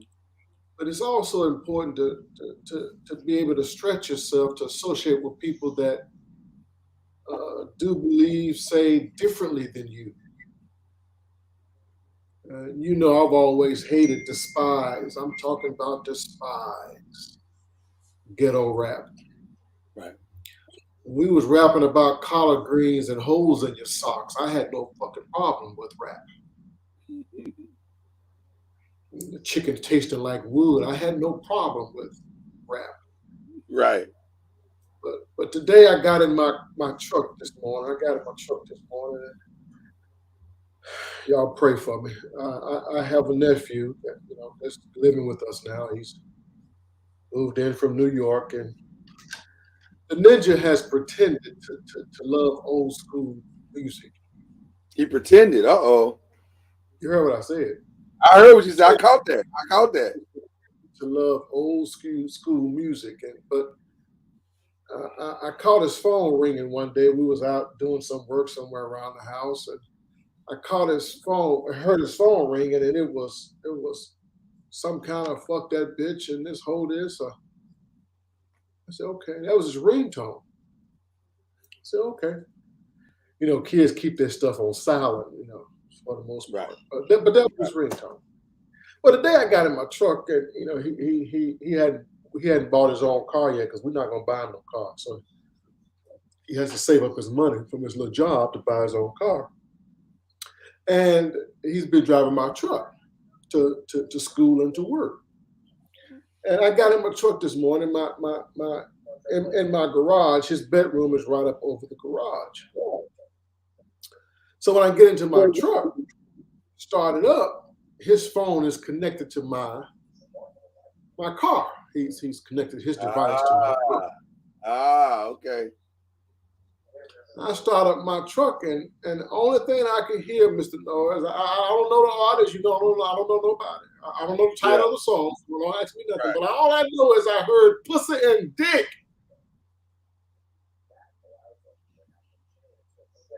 That could be anybody. That could be anybody. I couldn't delete his device off my phone fast enough. Like, Lord. But we have to understand that how rampant, how prevalent that music is in our culture now, with our youth and hell, adults. So I believe we've gone down a path that is almost impossible to turn back from. I think we're stuck like Chuck with bad music, with demeaning music, because it sells. And I don't disagree with societally there will forever be bad music. However, I do believe we as responsible people can point the direction, and us with this platform and this company, we can point young people and our generation and before after us to what good music is. And that's not to say that there aren't rappers that are going to rap about street things. And we'll say, hey, this dude is rapping about some hard things that have happened to him, but it's good.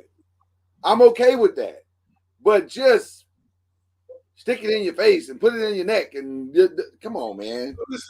Mr. Noise, correct me if I'm wrong, because you guys have tried to correct me before, and I don't mind being corrected. But even in saying this guy's rapping about some good ish that's happened to him in his life, he's telling his story. Right. There's still one or two tracks on there that's garbage. Well, now listen, I ain't saying we may not have to go song by song. And see, that's the problem. Right. We may have to go song by song and go through the entire track list and say 1, 3, and 7 are good, but 2, 4, 6, and 9 through 15 are horrible. Like you know what I'm saying? It may come down to just that, and that's sad. That's like telling a kid that X is bad and believing that they're not going to do X just because you said it's bad. They still want to try it out. I don't disagree with anything you're saying there, sir. But you'll never be able to say I didn't tell you. And I won't. I as an artist and as a responsible business owner, I won't promote that. I believe our battle. We've had this discussion before, but excuse me. I believe our battle is on several fronts. We're like Donald Trump right now. We're all fucked up. We're fighting on. I'm sorry, Mama Lois. I apologize. Your head went down. I apologize. We're fighting like he's fighting lawsuits on every front right now. We're fighting a battle on different fronts, and we're not doing good at any of them. Whether it's us fighting the music and us fighting injustice and us fighting our home situation, our males, us lifting up our girls to believe that they are somebody because we as a society, our men, have torn them down to believe that they are less than. We don't intend to do that, but we do it. How can we fight all the fronts and fight them well? Anthony Bruce, you're right.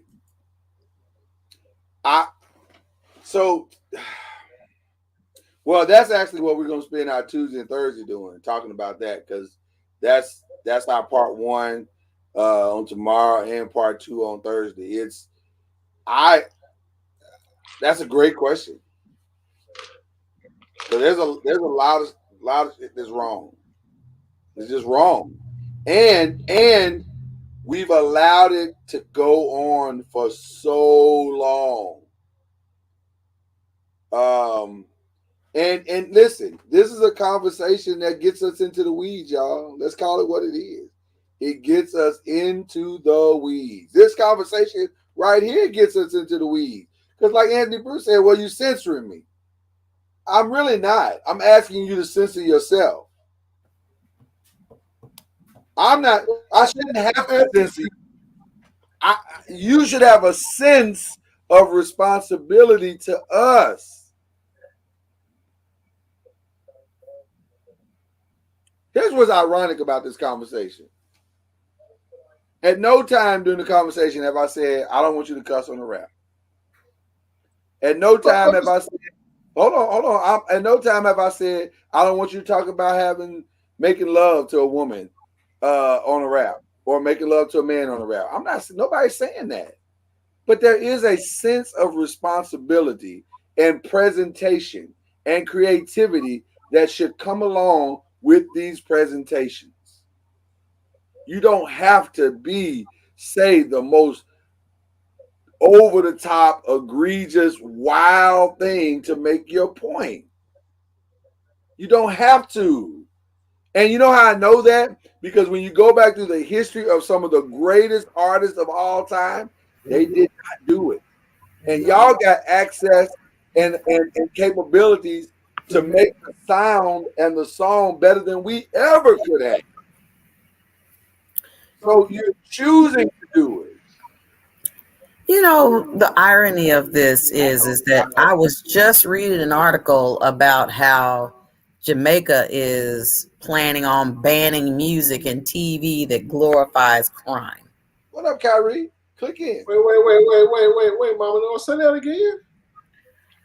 It says Jamaica's broadcasting, their regulator is banning all. They want to ban all music and television broadcasts that perceives as glorifying crime activity, drug use, weapons, or scamming. The island does?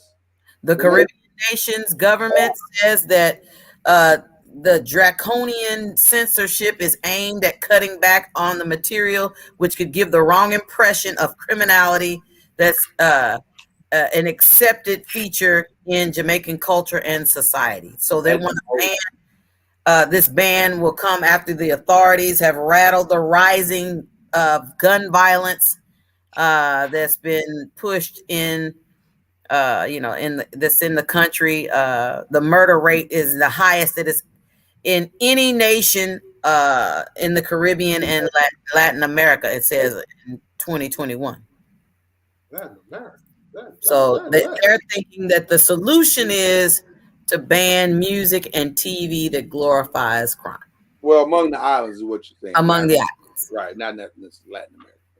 Yeah. I mean, but still. I know what you were saying. We know what you're saying. That's a move. That's bold. That is very bold. They would have a fit here in America if we tried. I mean, listen. What? Are you serious? That would be too much like right. I mean, But I wonder, is that the answer? It's not. But see that again, we're trying to fight. We're trying to fight a battle because, in essence, we feel helpless on where we really need to be fighting. Now, back to Anthony Bruce talking about censorship. What is censorship? I don't know what that means because if that's censorship, you can't do that. If me telling people that they need to clean up their music or me believing that it's garbage or me speaking out against the garbage, if that's censorship, then I've done that my entire life because I hate the music. Well, no, that part's not censorship. I think what he's saying is, Anthony Bruce, correct me if I'm wrong. I think what he's saying is we're dangerously in censorship because we're saying y'all need to stop making this kind of music and we need to put restrictions on it. I don't know if you can at this point put restrictions on it, but I don't necessarily. To me, I want to go back to the source. I want to go to the artist itself and say, "You're better than this. You're better than this, and you can say this better than this."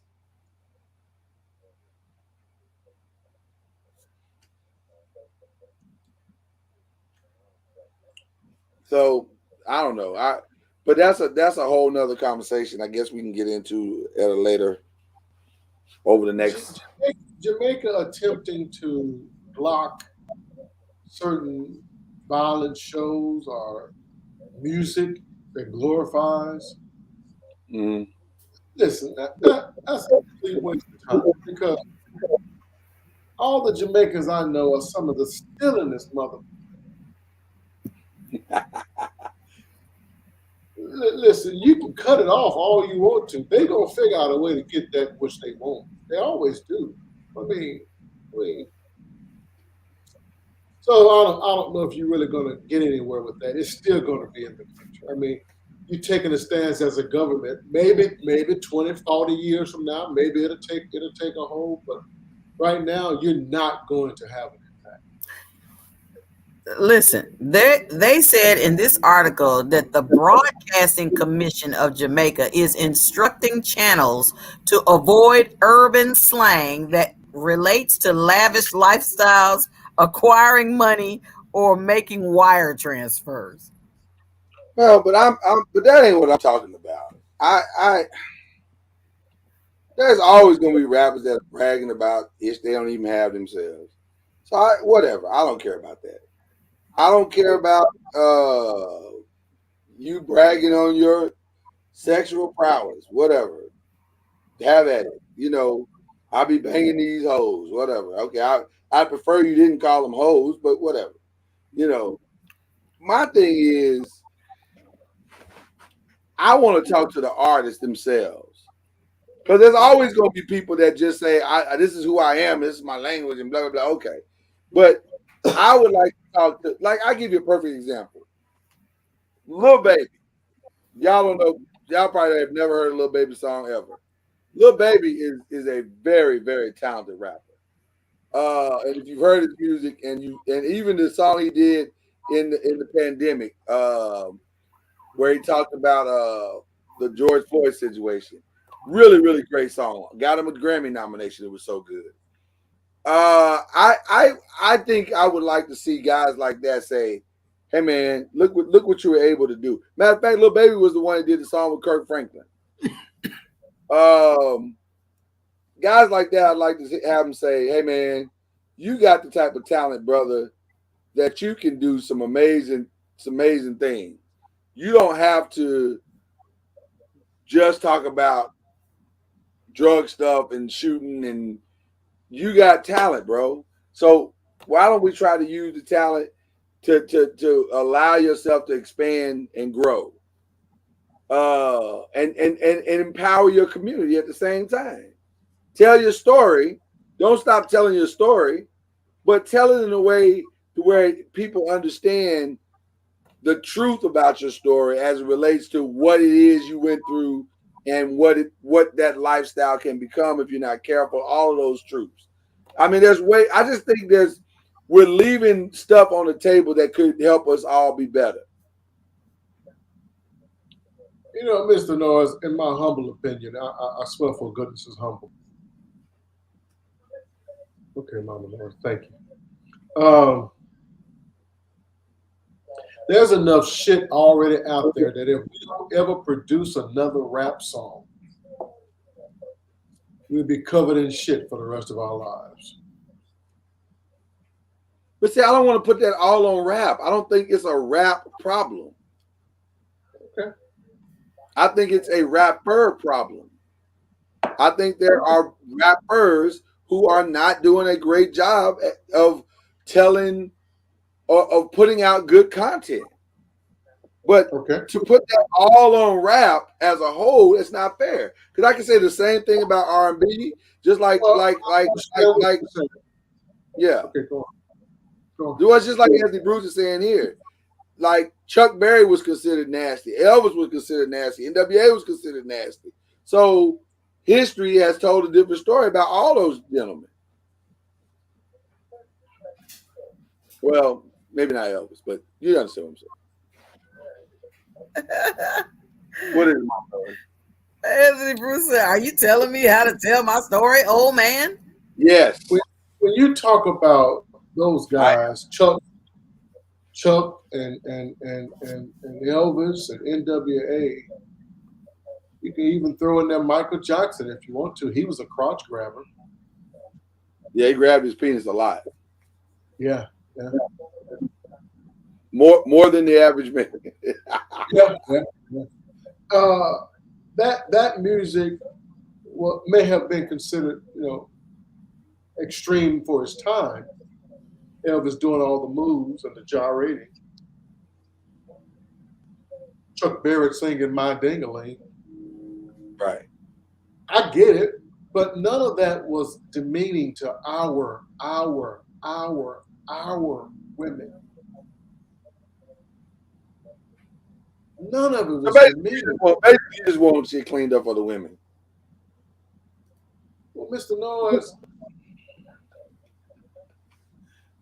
I can't think of another other culture that's perfectly okay with trashing their women in their music. We're totally okay with it.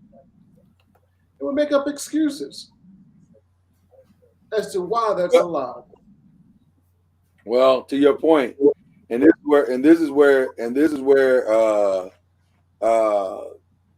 the Kanye situation kind of pisses you off. He made a point in that interview he did with Nori and said Jewish people, and you know, you can take it for anti-Semitic if you want, but it doesn't mean he was wrong. He said Jewish people own the record labels and they put out the music that we listen to. And they have deemed it okay for us to call ourselves niggas and bitches. And they support their party. And we do too. And just like Ron is saying, nasty music earns $1.2 million. Clean music earns $100,000. So you have to switch that. Nasty music is played 16 times in an hour on the radio. We got to switch that. We got to demand for a switch.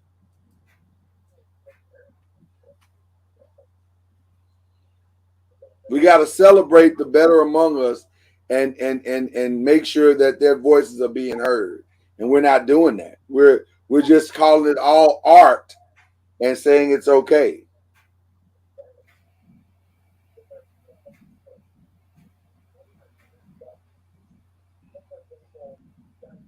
So this is a tough conversation to have because I know it gets in the weeds of where, you know, and like Andy Bruce says, it makes us look like the old folk. But there's wisdom in that. Can either one of you, I know we got two guys on here, three including myself and Mama Doris. Can either one of you imagine for a second how it feels to be a black teen, a black young lady in this country right now? Well, I can imagine through the eyes of my child. I was going to say our teenager, yes. Yeah. What they go through? Yeah, I see it. It's hard. If you don't think our young black girls suffer with self-esteem issues, yeah, it's hard. We have to help them with that because they're being told, and by so many different ways and avenues, that they are less than their counterparts. I'll even take it a step further. I do believe, wow, here it comes, that demeaning that you're discussing and that you're talking about is the reason why my own daughters are very open to the idea of not marrying a black man.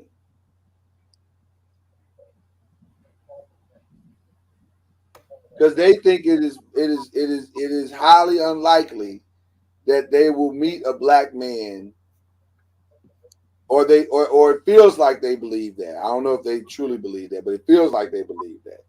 That is going to treat them with the same respect and affinity that their father does.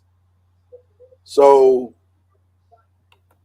I think they feel like black men like us, Cuz and Al, are the last of a dying breed.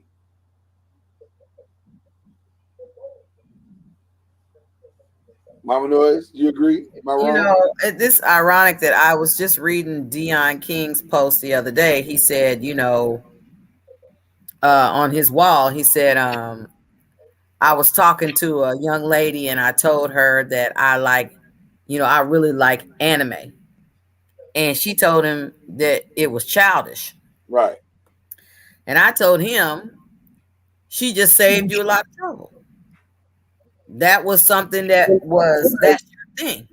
And if you got to be told that it's childish because that's something that's your thing, she saved you a lot of time where you ain't got to, you know, spend time and money and everything else trying to determine if this is somebody for you.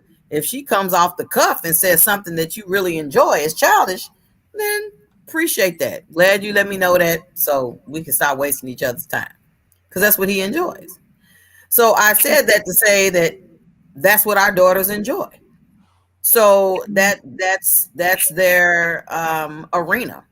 And so, you know, off the cuff, I don't know a lot of black young men that are like, you know, other than Dion, that has said, you know, that anime is their thing and so on and so forth. Are you basically trying to put a bid in for Dion? I don't understand what's going on. No, I'm saying I don't know what she's talking about. Who in the fuck is Dion? On the show. The noisemaker Dion King. Noisemaker Dion King. Faithful to the end, to the core. He was already one of the day ones. How was I supposed to know she was talking about Dion King? I know who Dion King is. She literally said Dion King, man.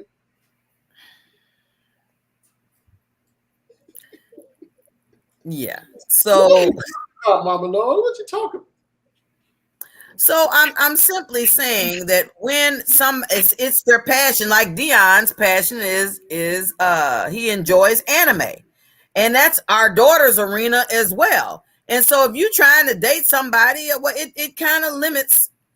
You say anime, you talking animation, art? No, anime is a genre of animation. Who? It's a genre of animation. Well, shit, I don't know. Mama knows you can look down and up all you want to. If I'm confused, I'm gonna say I'm confused. You're not confused. You're just old, and you don't know modern shit. So that's what that is. You're confusing old with confused. It's not confused. You know what they talking about? Yeah, you're old, bro. You're old. Maybe I don't get anime in Mississippi. That's why you're unfamiliar with it. You have access to it. I get it. But what Mama Noise, I think, is trying to say, Mama, if I'm wrong, I won't take offense to that. Finding a black man that will just honor your passions as opposed to calling you a bitch or a hoe is hard to do. Finding someone who will just respect you for who you are as a young black man like a Dion, who would just respect you for who you are as opposed to what a lot of young black men are doing today. Hard to do, hard to find. Your quirks, your weirdness, your whatever your thing is, and just won't look at you as a piece of ass or a piece of opportunity or a conquest moment. That's hard to do. And I think a lot of our young, and for some reason, that's not a thing. Well, it is a thing in white culture as well. But I think some of our young black girls feel like my chances of finding relatable love is greater in the white in a cross-cultural community. I don't want to just put it all on white people, but a cross-cultural community than it is just solely focused on black, which I don't agree with. Kyrie said it ain't hard to find. Well, I don't know if it is. Well, I don't know. It's not hard to find. Gentlemen that are that enjoy. Oh, he full of shit. Oh, that's your pastor. You hired him. Okay. Anthony Bruce said, "What is his credit score?" You know what? B, you got something to add to this conversation because I heard you clear your throat. You muted. Does Jeremiah enjoy anime? Al? He used to. That's not something he speaks of now. So I can't attest to whether he does or doesn't. But Ron, one of the most dangerous things that we do as human beings is we believe because I did it, or because my daughter did it, or because my son did it, that it's not hard. We never say that it's not impossible, that it's impossible to find. It's hard. And just because your daughter did, then, well, we need to, give thanks to God for her and her blessings. But it's still not that it's hard. Your daughter is one. We're talking about millions of Black women and what they're going through in dealing with Negroes. I'm shocked that you call them Negroes. Utterly stunned. I'm trying to do right by Mama Noise because I get tired of all the facial expressions. Do you get tired of it? Don't get tired of it. That's part of the show. It's part of the show. It's like literally a character on the show right now. So it's fine. Don't even worry about it. This is a fascinating conversation. I feel like we're gonna end up giving all the good stuff away today, but then I know us, and that's probably not even possible. But I have a question. LB, do you have these concerns for your daughter? Your daughter is how old? 12, 13, 14? My daughter is 15. 15. I'm sorry. And to my knowledge, she is not yet interested. I'm sure there's boys she thinks that's cute, but she's not yet interested in having relationships. So, lucky me, I've not had to have these conversations. But yes, I do think about when that time comes. How's it going to be approached?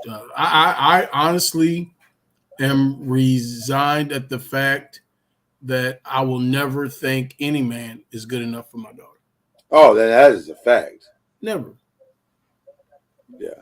Yeah. I don't care how great they are. I don't think they'll ever be good enough for my daughter. So, because I think she deserves the best. So, I think I used to feel that way about that bullshit, but not no more. Not no more. She all soon to be 18. You just ready to go. Get out. Right. You're in a different headspace, right? You're in a different headspace. I don't know. I'm ready. I'm kind of looking forward to that. Need a new office? Right. Time to go. I'm kind of looking forward to this, actually. Oh my gosh. Yeah, I feel the same way about you. I don't think anybody's ever going to be good enough. But at the same time, I've also had to resolve in my head, do I want her to have, I would love her to have a Black man. I would love that. But I also have to understand. You know what? My wake up call was her homecoming dance and prom her senior year. That was my wake up call. And I understand what you're saying, Ron. You're saying Negroes are finding females every day, but that don't mean you're finding good ones. And some of these young ones, brother, oofa. Oh Lord. Like, Lord have mercy, brother. I don't understand co-pastor's statement because his statement makes one believe that we don't have a problem. And I think that's the danger of statements like that. Negroes are finding females. Females are finding Negroes millions every day. Come on, that's not true. We're finding somebody to sleep with. Right. Anybody can fuck. That don't mean, Mama Noah, I apologize. That don't mean I got somebody. Why does he always apologize for something he's not sorry about? Hush, Mr. Noise. Continue. What we don't have is a shortage of fucking. Okay, I take it back. Damn. We don't have a shortage of it. You are correct, co-pastor. People are hooking up every day. Right. Creating babies. Every day. That don't mean you got somebody. That just means you fucking. All right. We heard you the first time. I apologize, noisemakers. I am slow on the draw today. I got up so early, but I'm still here. Savage! I'm a savage! Oh! Now the savage button is by the damn button, so they'll be a little more accessible. There you go. Y'all know I'm telling the truth. Wait. Black folks getting married. Sure. Black people. Hey, sure. But you threw out a number of millions.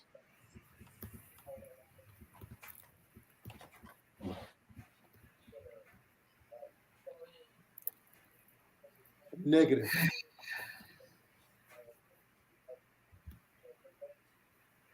It's gonna come up tomorrow. I can feel it.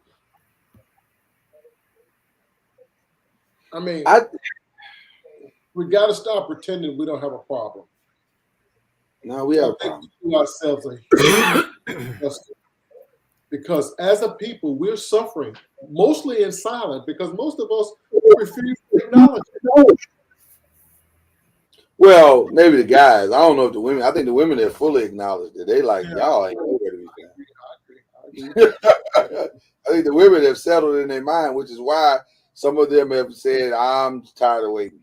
I'm just gonna give me a nice white man or Asian man, you know, Korean man, Vietnamese man, you know, Hispanic man, you know, whatever."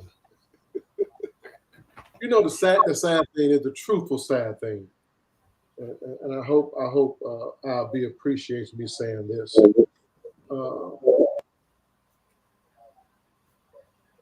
Our black women are tired of our black men because of the dysfunction of our black men. But our black men are tired of our black women for the exact same reason, dysfunction. But it all goes back to we haven't been taught as kids who we are. And because of that, we are operating out of character. Black women believe, too many of them, not you, Mama Knows, but too many of them believe that their total value is between their legs, are on their backside, are in their breasts. That's their total value. How do we know that? Because they aren't spending money on anything else but enhancing their ass and enhancing their breasts. But you know what though? Well, you know, the irony of that is SZA, the singer SZA, I know you don't know who that is, but she just came out today defending herself, saying that she has not had, though some might suppose she has not had a BBL or anything like that. She said, "I eat right, and I eat what I want, but I also work out and I take care of myself, and that's why I look as good as I look." Well, that's like Michael Jackson lied about his plastic surgeries. Well, why we say okay? But see, now you're part of the problem because y'all trying to say she lying. Why she got to be lying? We know Mike was lying. Mike was lying. Well, we don't know if he was lying. Mike told that man that the only thing he's had is maybe one nose surgery. Oh, that part, yeah, he was lying about that. Mike couldn't even breathe near the end. It was a hole. He had a hole. It was a hole. You can breathe out the hole. Just you don't take deep breaths. You just like short, like on Harlem Nights, just short breaths. But to live, but I like Anthony Bruce tonight. He said men didn't ask for that. We just asked for that to turn down the attitude. But I think that's part of the problem. We didn't ask for it per se, but we just the competition is steep for the good ones, and so for the good men, do something to separate yourself. You get some women feel like you get left behind. Yes. I'm confused on what you just said. Some women feel like the reason why you go get this BBL or these bigger titties because I'll get left behind. Listen. Some women feel like they're in a perpetual game of bachelorette. And I've got to do something to get the attention of the bachelor so I can win the prize. What do I need to do? Do I need to enhance some stuff? Do I need to, what do I need to do? First of all, this don't look enhanced to me. That don't look enhanced to me. Who is that? That's SZA. It just look regular. It look like a regular black woman. Does that look enhanced to y'all? What does she do for a living? She's an R&B singer.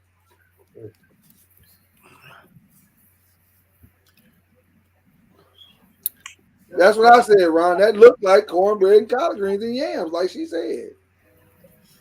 I will say,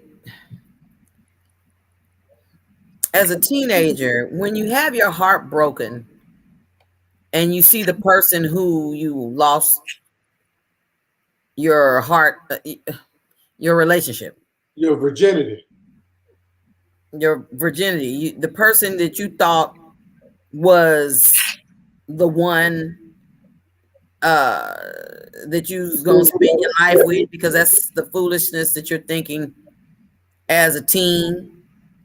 And you see the person that he went to, you like, dang, okay, I need weave because apparently my hair is not enough. I need this because apparently you start measuring yourself to the person that you lost or caused the heartbreak or what have you. You lost the game, so now you go back and start making the adjustments because you say, I don't want to ever lose again. Me as myself wasn't enough. So now I need to figure out what I need to add so that the next opportunity I get, maybe that person won't break my heart. Maybe that person will stay. Maybe that person will deem me worthy to spend forever with. Can I be honest with you, Mama Noise? That sounds like a fatherless situation. And I'm going to tell you, that's what I see. That's what I see when I see all these young girls out here. Yeah. That's what I see. I don't see the fathers. I see women upon women. I see women everywhere. And you like, where is, where are the men? I didn't say where are the boys. I said, where are the men? Yeah, that sounds like a lack of parental. And I hear you, Anthony Bruce. You say, were you trying to compete, or the part I'm talking about is that you didn't even know you was competing. And then you say, man, okay, maybe I don't get back with that situation, but maybe I need to do some things differently so I don't have that type of heartbreak or that type of failed relationship again. Because there's only a certain amount of value and stuff that a mother can say. Okay. I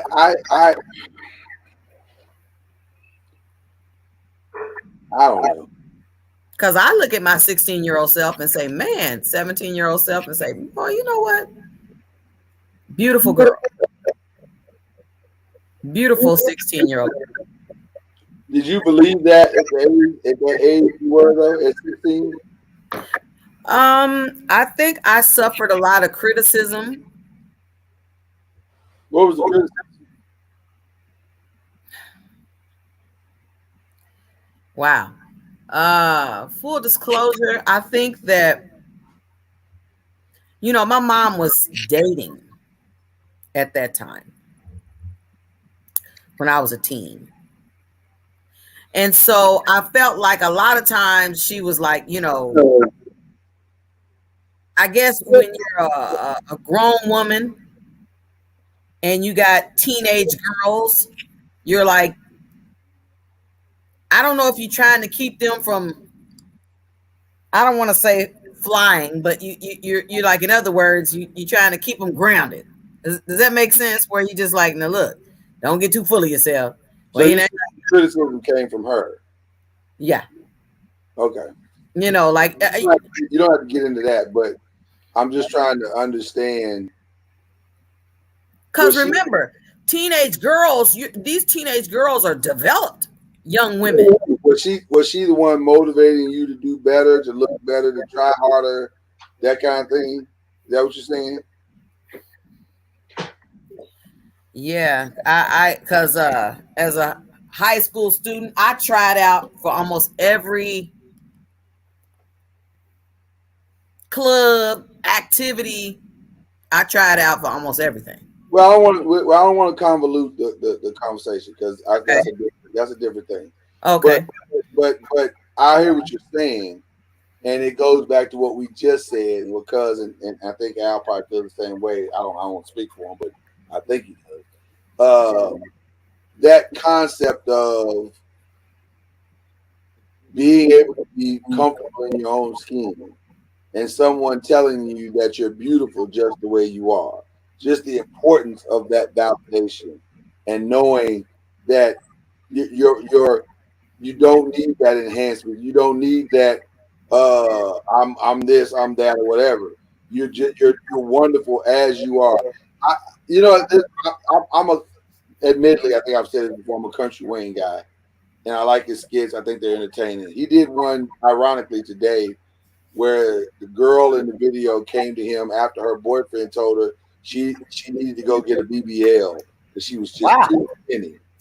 And he said, "You got to give me something to hold on to. You live in Atlanta. You got to look better."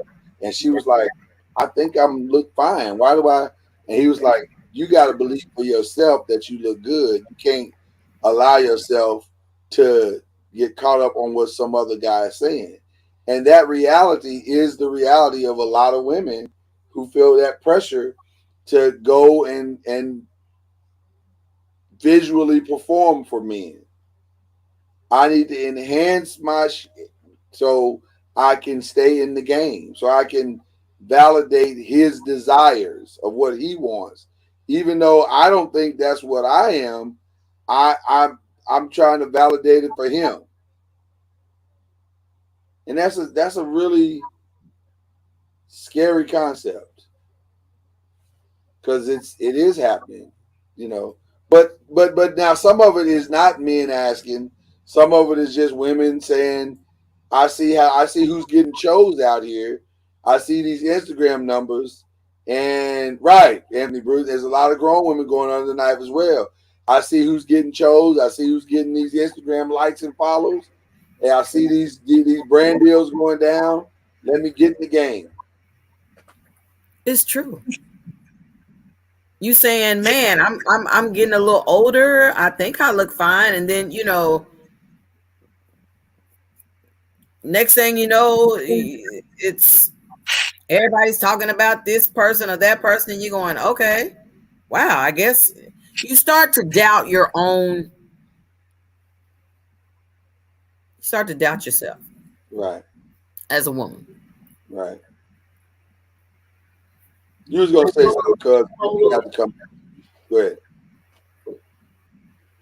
Mama Noise, do you think that there is jealousy in some mothers towards their daughters? Absolutely. Absolutely. I don't think it's I don't know if I can explain it. You just did. There's nothing else you need to say there. You just said it. Is there jealousy to some mothers to their daughters? And you said absolutely. Mm-hmm.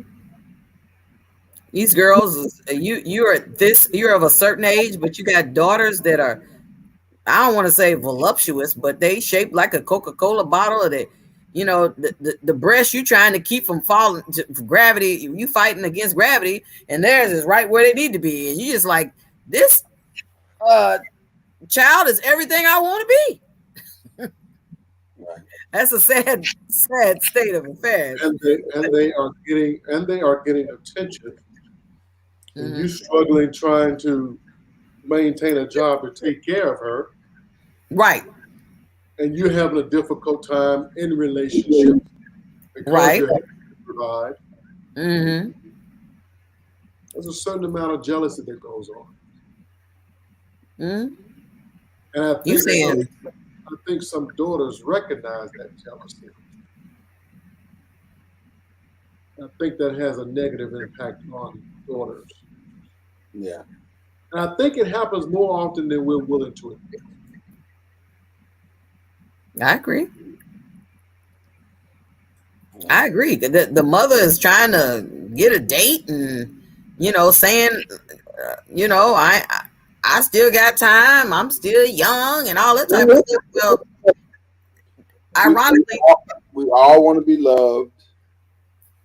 We all want to be valued. Mm-hmm. We all want to be validated. Mm-hmm. So I understand that innate desire to have those things. Mm-hmm. What I don't understand is the sacrificing of my young. That's where I was going with that. That part? Like, I'm going to be validated. I'm going to be valued at your expense. Right. I don't get that. Right. There are some mothers who are literally partying in the same clubs as their children, and it is no longer a celebration. It is a competition. Right. That I don't understand. I don't get that. I don't understand what kind of psychological, emotional, spiritual damage has occurred to where that is now acceptable behavior. I don't get that. That's right. Well, it's not acceptable behavior. It's dysfunction. But the reality is that mama, back to men again, that mama has been hurt over and over and over again. And she's still in search of it. In a very dysfunctional way. We can all agree with that. Yeah. But that doesn't mean she still doesn't desire to be loved. How many women would go through? How many women would go through this life from beginning to end, never really feeling loved? If that don't make you pause and say, "Damn, that's a heavy statement, mate." Will never really feel love. Yeah. That's a heavy statement. How damaged must she be? Yeah. And what is loved? Someone to care for you, not just to desire your body, but someone to care for you as a person. But let me say this. And this is a harsh statement. This is a harsh statement and a harsh reality. The failure to be loved is not on the men that won't take on the responsibility. Because if a woman, now listen to what I'm saying here. If a woman gets to the stage of her life as being a grown woman and has never felt love and validation, that's a father failure. No woman should be entering adulthood without validation. That's the reality. No one should be entering adulthood without having My grandmother, God bless her, she just dropped so many nuggets on me since we've been here. I asked her, "What were you looking for in a man?" She said, "Well, I didn't care what he looked like." I said, "Well, what were you looking for if you didn't care what he looked like?" She said, "I wanted somebody who was going to treat me right, the same way my father treated me." He wasn't going to be hitting me. He wasn't going to be arguing all the time. The same way I saw my father conduct himself with my mother. Can you hear me? Yeah. Okay. Jay did like this, so I didn't know what was going on. I want a man who's going to treat me the same way I saw my father treat my mother. That's what your grandmother said. That's what she said. And then she said when my father died and my mother wanted to remarry, she went and talked to the dude, the new guy, and told him, do not treat my mother any worse than my father treated her. That's how ingrained the message or the imagery or the example of her father was into her mind, body, and spirit. But wait a minute. You said a woman should not enter into adulthood without been validated or told her value, showed and told and explained and nurtured in her value. But what about the ones who haven't, and they're the ones having these daughters? And that's the problem that I'm trying to talk about today. Because we have unleashed a society of unvalidated women. We got to spill into tomorrow. We may have to stop at some point. But we have released a society of unvalidated women upon the world and expected there not to be consequences. Yeah. That's unrealistic. No. Well, yeah, you are right. Consequences. Expected for there not to be bitterness. Biggest complaint black men have about black women is their attitude. The attitude is the defense mechanism. Because really they're bitter for not having been validated. It's like, why are you smiling? Why you? It's like in the movie ATL where Uncle whatever his name was, and he said, "Why are you all happy? You ain't supposed to be happy." You know, it's like children are born into a world and they just smiling and laughing and stuff until they get in an environment where folks is like, "Ain't no smiling in here. Laughing ain't allowed. You can't be joyful." You know, you just like, man, and then you don't want nobody else to be happy, so tough conversation. This is a tough conversation. I'm leaving some out purposely because there's more that I want to say about this, but we got to have a show tomorrow, and and I think this is the place to pick up at because we've done some damage, y'all. Cuz said it. We've done some damage, like real damage, and some of it may very well be irreparable, as the Wahites might say. But it may be. I don't know. But I don't know. We gotta try to fix it, don't we? We gotta try. We have to. We got to be intentional. But in order to be intentional, we got to call a thing a thing. That's the other part. Yeah. We can't act like it ain't happened. We can't act like it's not real. We can't act like the hard issues are not the hard issues. Now, this is where it's going to get tight tomorrow. Because there's some hard truths that we're going to have to realize. And it's going to make some of y'all wildly uncomfortable. But guess what? We have never backed away from a fight on this show. So there you go.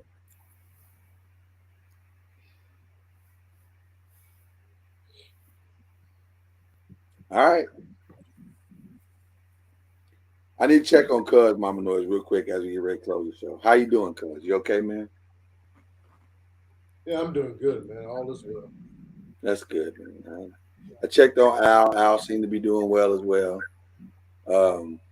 And Kyrie was in the chat. Listen, man. My mother-in-law is yet holding on. What? Oh, Why she? My mama. I mean, she's supposed to be holding on. Oh no! Why she got to be old? No, shouldn't she be thriving, living her best life in a great situation? She left. I don't think you're seeing the whole story here. You know how much you hate New York. Guess what? You ain't got to go back. See what happened there? Glass half full. Mr. Noiz, I wasn't gonna go back. If she was there, you'd have to go back. No. Visit, wouldn't you? No.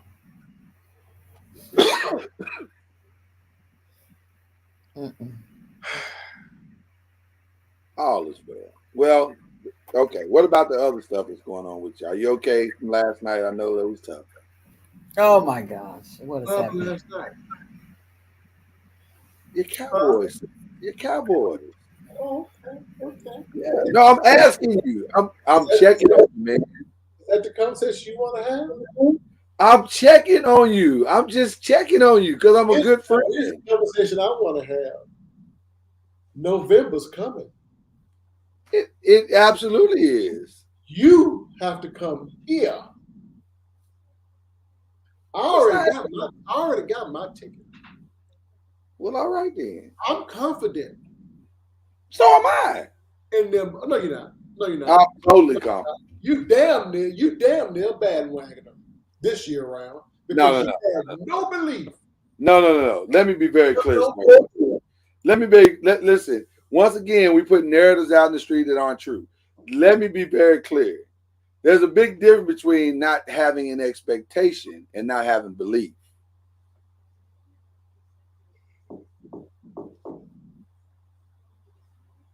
But I was just checking on you because I'm a good friend. No, you don't have to check on me. I'm good. Okay, well that's all I'm asking. Did you watch the highlights or did you watch the game? I watched the game. You know. Oh, here it comes. That defense with an offense that we had last year, and by all intents and purposes, we have as good or a better offense this year. I don't know about that part. Oh, yeah. Because last year we didn't have a running game. This year we actually got a running game. And you know it's true. You still have a running game. This year, once Dak comes back with the running game, and listen, y'all kept saying we lost our number one receiver. I don't know if you watching the game now, but Brown didn't stepped up. Who? You can call him Doodoo if you want to. Who stepped up? Brown, man. Okay. You are truly a diehard. I appreciate it. No. All I'm saying to you is, once Dak comes back, we will be scoring 30 points a game. And nobody's going to score 30 points on that defense.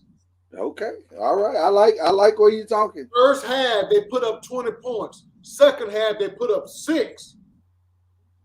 Yeah. That defense said, enough of that. And you know it's true. You know it's true. It was awesome. You watched the game. I watched the game. I did. Dallas Cowboy fans should be extra excited about the future. I love it. Wait for the New York Giants to come here. I love it. Because what you guys are doing is squeaking by. You guys are barely winning. Yeah. You really don't have a lot of confidence. You're not used to winning. You have total confidence. You have total confidence. No, that's how you. Hey, don't write our narrative. Write your own. We have total confidence. That's why we keep winning, coming from behind to win. No one on the team. No game has gotten away from us. So we gonna be all right. All right, we'll see. We'll see you soon. You have to check on me. You're my friend. You are my brother and my friend. I went to bed last night sleeping like a big fat baby with a big fat O. Well, but that's probably because of what you ate. Nope. That had to do. Yeah. Oh, I heard about it. You're right. I hate the loss, but I was pleased with what that team can do. Okay, way man then. We got a quarterback. We got a quarterback that threw how many interceptions? He threw 3 last night. Okay. Are you glad that discussion is over? We shouldn't have lost that game. All right now. If you watched it. I watched it. Okay. Albie, you watched it too, right? I did watch the game. Okay. You agree and I see the game. I see the game just like cuz is describing. 3 interceptions and several slow, lazy ducks that he threw that if he'd have put some zip on them, especially that one when CD was wide open going down the sideline, that's 7 points. Right, that was 7. He blew that. But he kind of just floated it up there. Quack, quack, quack. So, like I said earlier when you and I had the conversation, right. I am as pleased as I can be that score was what it was after throwing 3 interceptions. Yep. And I am as pleased as I can be in that defense. Yeah. They put up 20 the first I was disappointed in the first half. I don't think as talented as they are, they should have needed to go to the locker room, get their ass chewed out to make the proper adjustments. Right. And also, I was disappointed in some of Kellen Moore's play calling. Yeah. 2nd and 1, you throw 2 passes. And that was Third and about 6 inches. Third and about 6 inches, you run a bootleg pass. Come on. Yeah. That was a bad play call. You can't get 6 inches and 2 down, then you probably need to let your lineman run the ball. Yeah. So. Wait a minute. But again, I'm pleased. I like to give equal time on this show. So that's why I did what I do. And I care. Well, you get that old shitting ass grin off your face, but you don't have to check on us. What does it have to be about all the grinning? I just said I care, man. Oh, you so sensitive. First time in 10 years, y'all doing something. You want to sit there and have a shitty grin on your face. I can have whatever grin I want on my face. I'm grown. I have never heard a statement like that in my entire life. You ain't from Mississippi. They say stupid shit like that in Mississippi. It's like what? That's shit eating grin. I mean, just I've heard that. I've been in Kentucky, Louisville all my life. I've heard shit eating green. No, you heard shit eating green? I've never heard shit eating green. I've heard shit eating green. That's about as common as what is that? A Chester cat? You grinning. Look at you grinning like a Chester cat. Grinning like a Chester cat. I'll go with the Cheshire. I'm not going with that other. That was an Alice in Wonderland reference. There was one. But I have heard shit eating green. I'm really surprised you guys have never heard of that term. That's Well, I don't know a lot of people that eat shit, so I wouldn't be. I mean, with the term that maybe that's Anthony Bruce talking about. He co-signing. It's common. It is okay. It is common. Boy, if these Denver fans could reach out and touch Russell Wilson, he'd be a dead man. It wouldn't be good. It wouldn't be good. If Russell keep playing like this, I'm gonna have to put him on my football thief list. Because right now he is stealing money. You right. He is stealing money by the boatload. My goodness. And with that being said, that's our way of saying we're gonna get out of here for the day. I hope y'all had as much of a good time as we had was covering all this, and we're gonna have a good week, y'all. It's gonna be some fantastic discussions the next few days. For sure, tomorrow we're gonna dive deep into some hard stuff. I'm just telling you right now, tomorrow's conversation and Thursday's conversation is not for the squeamish. We just gonna talk and have.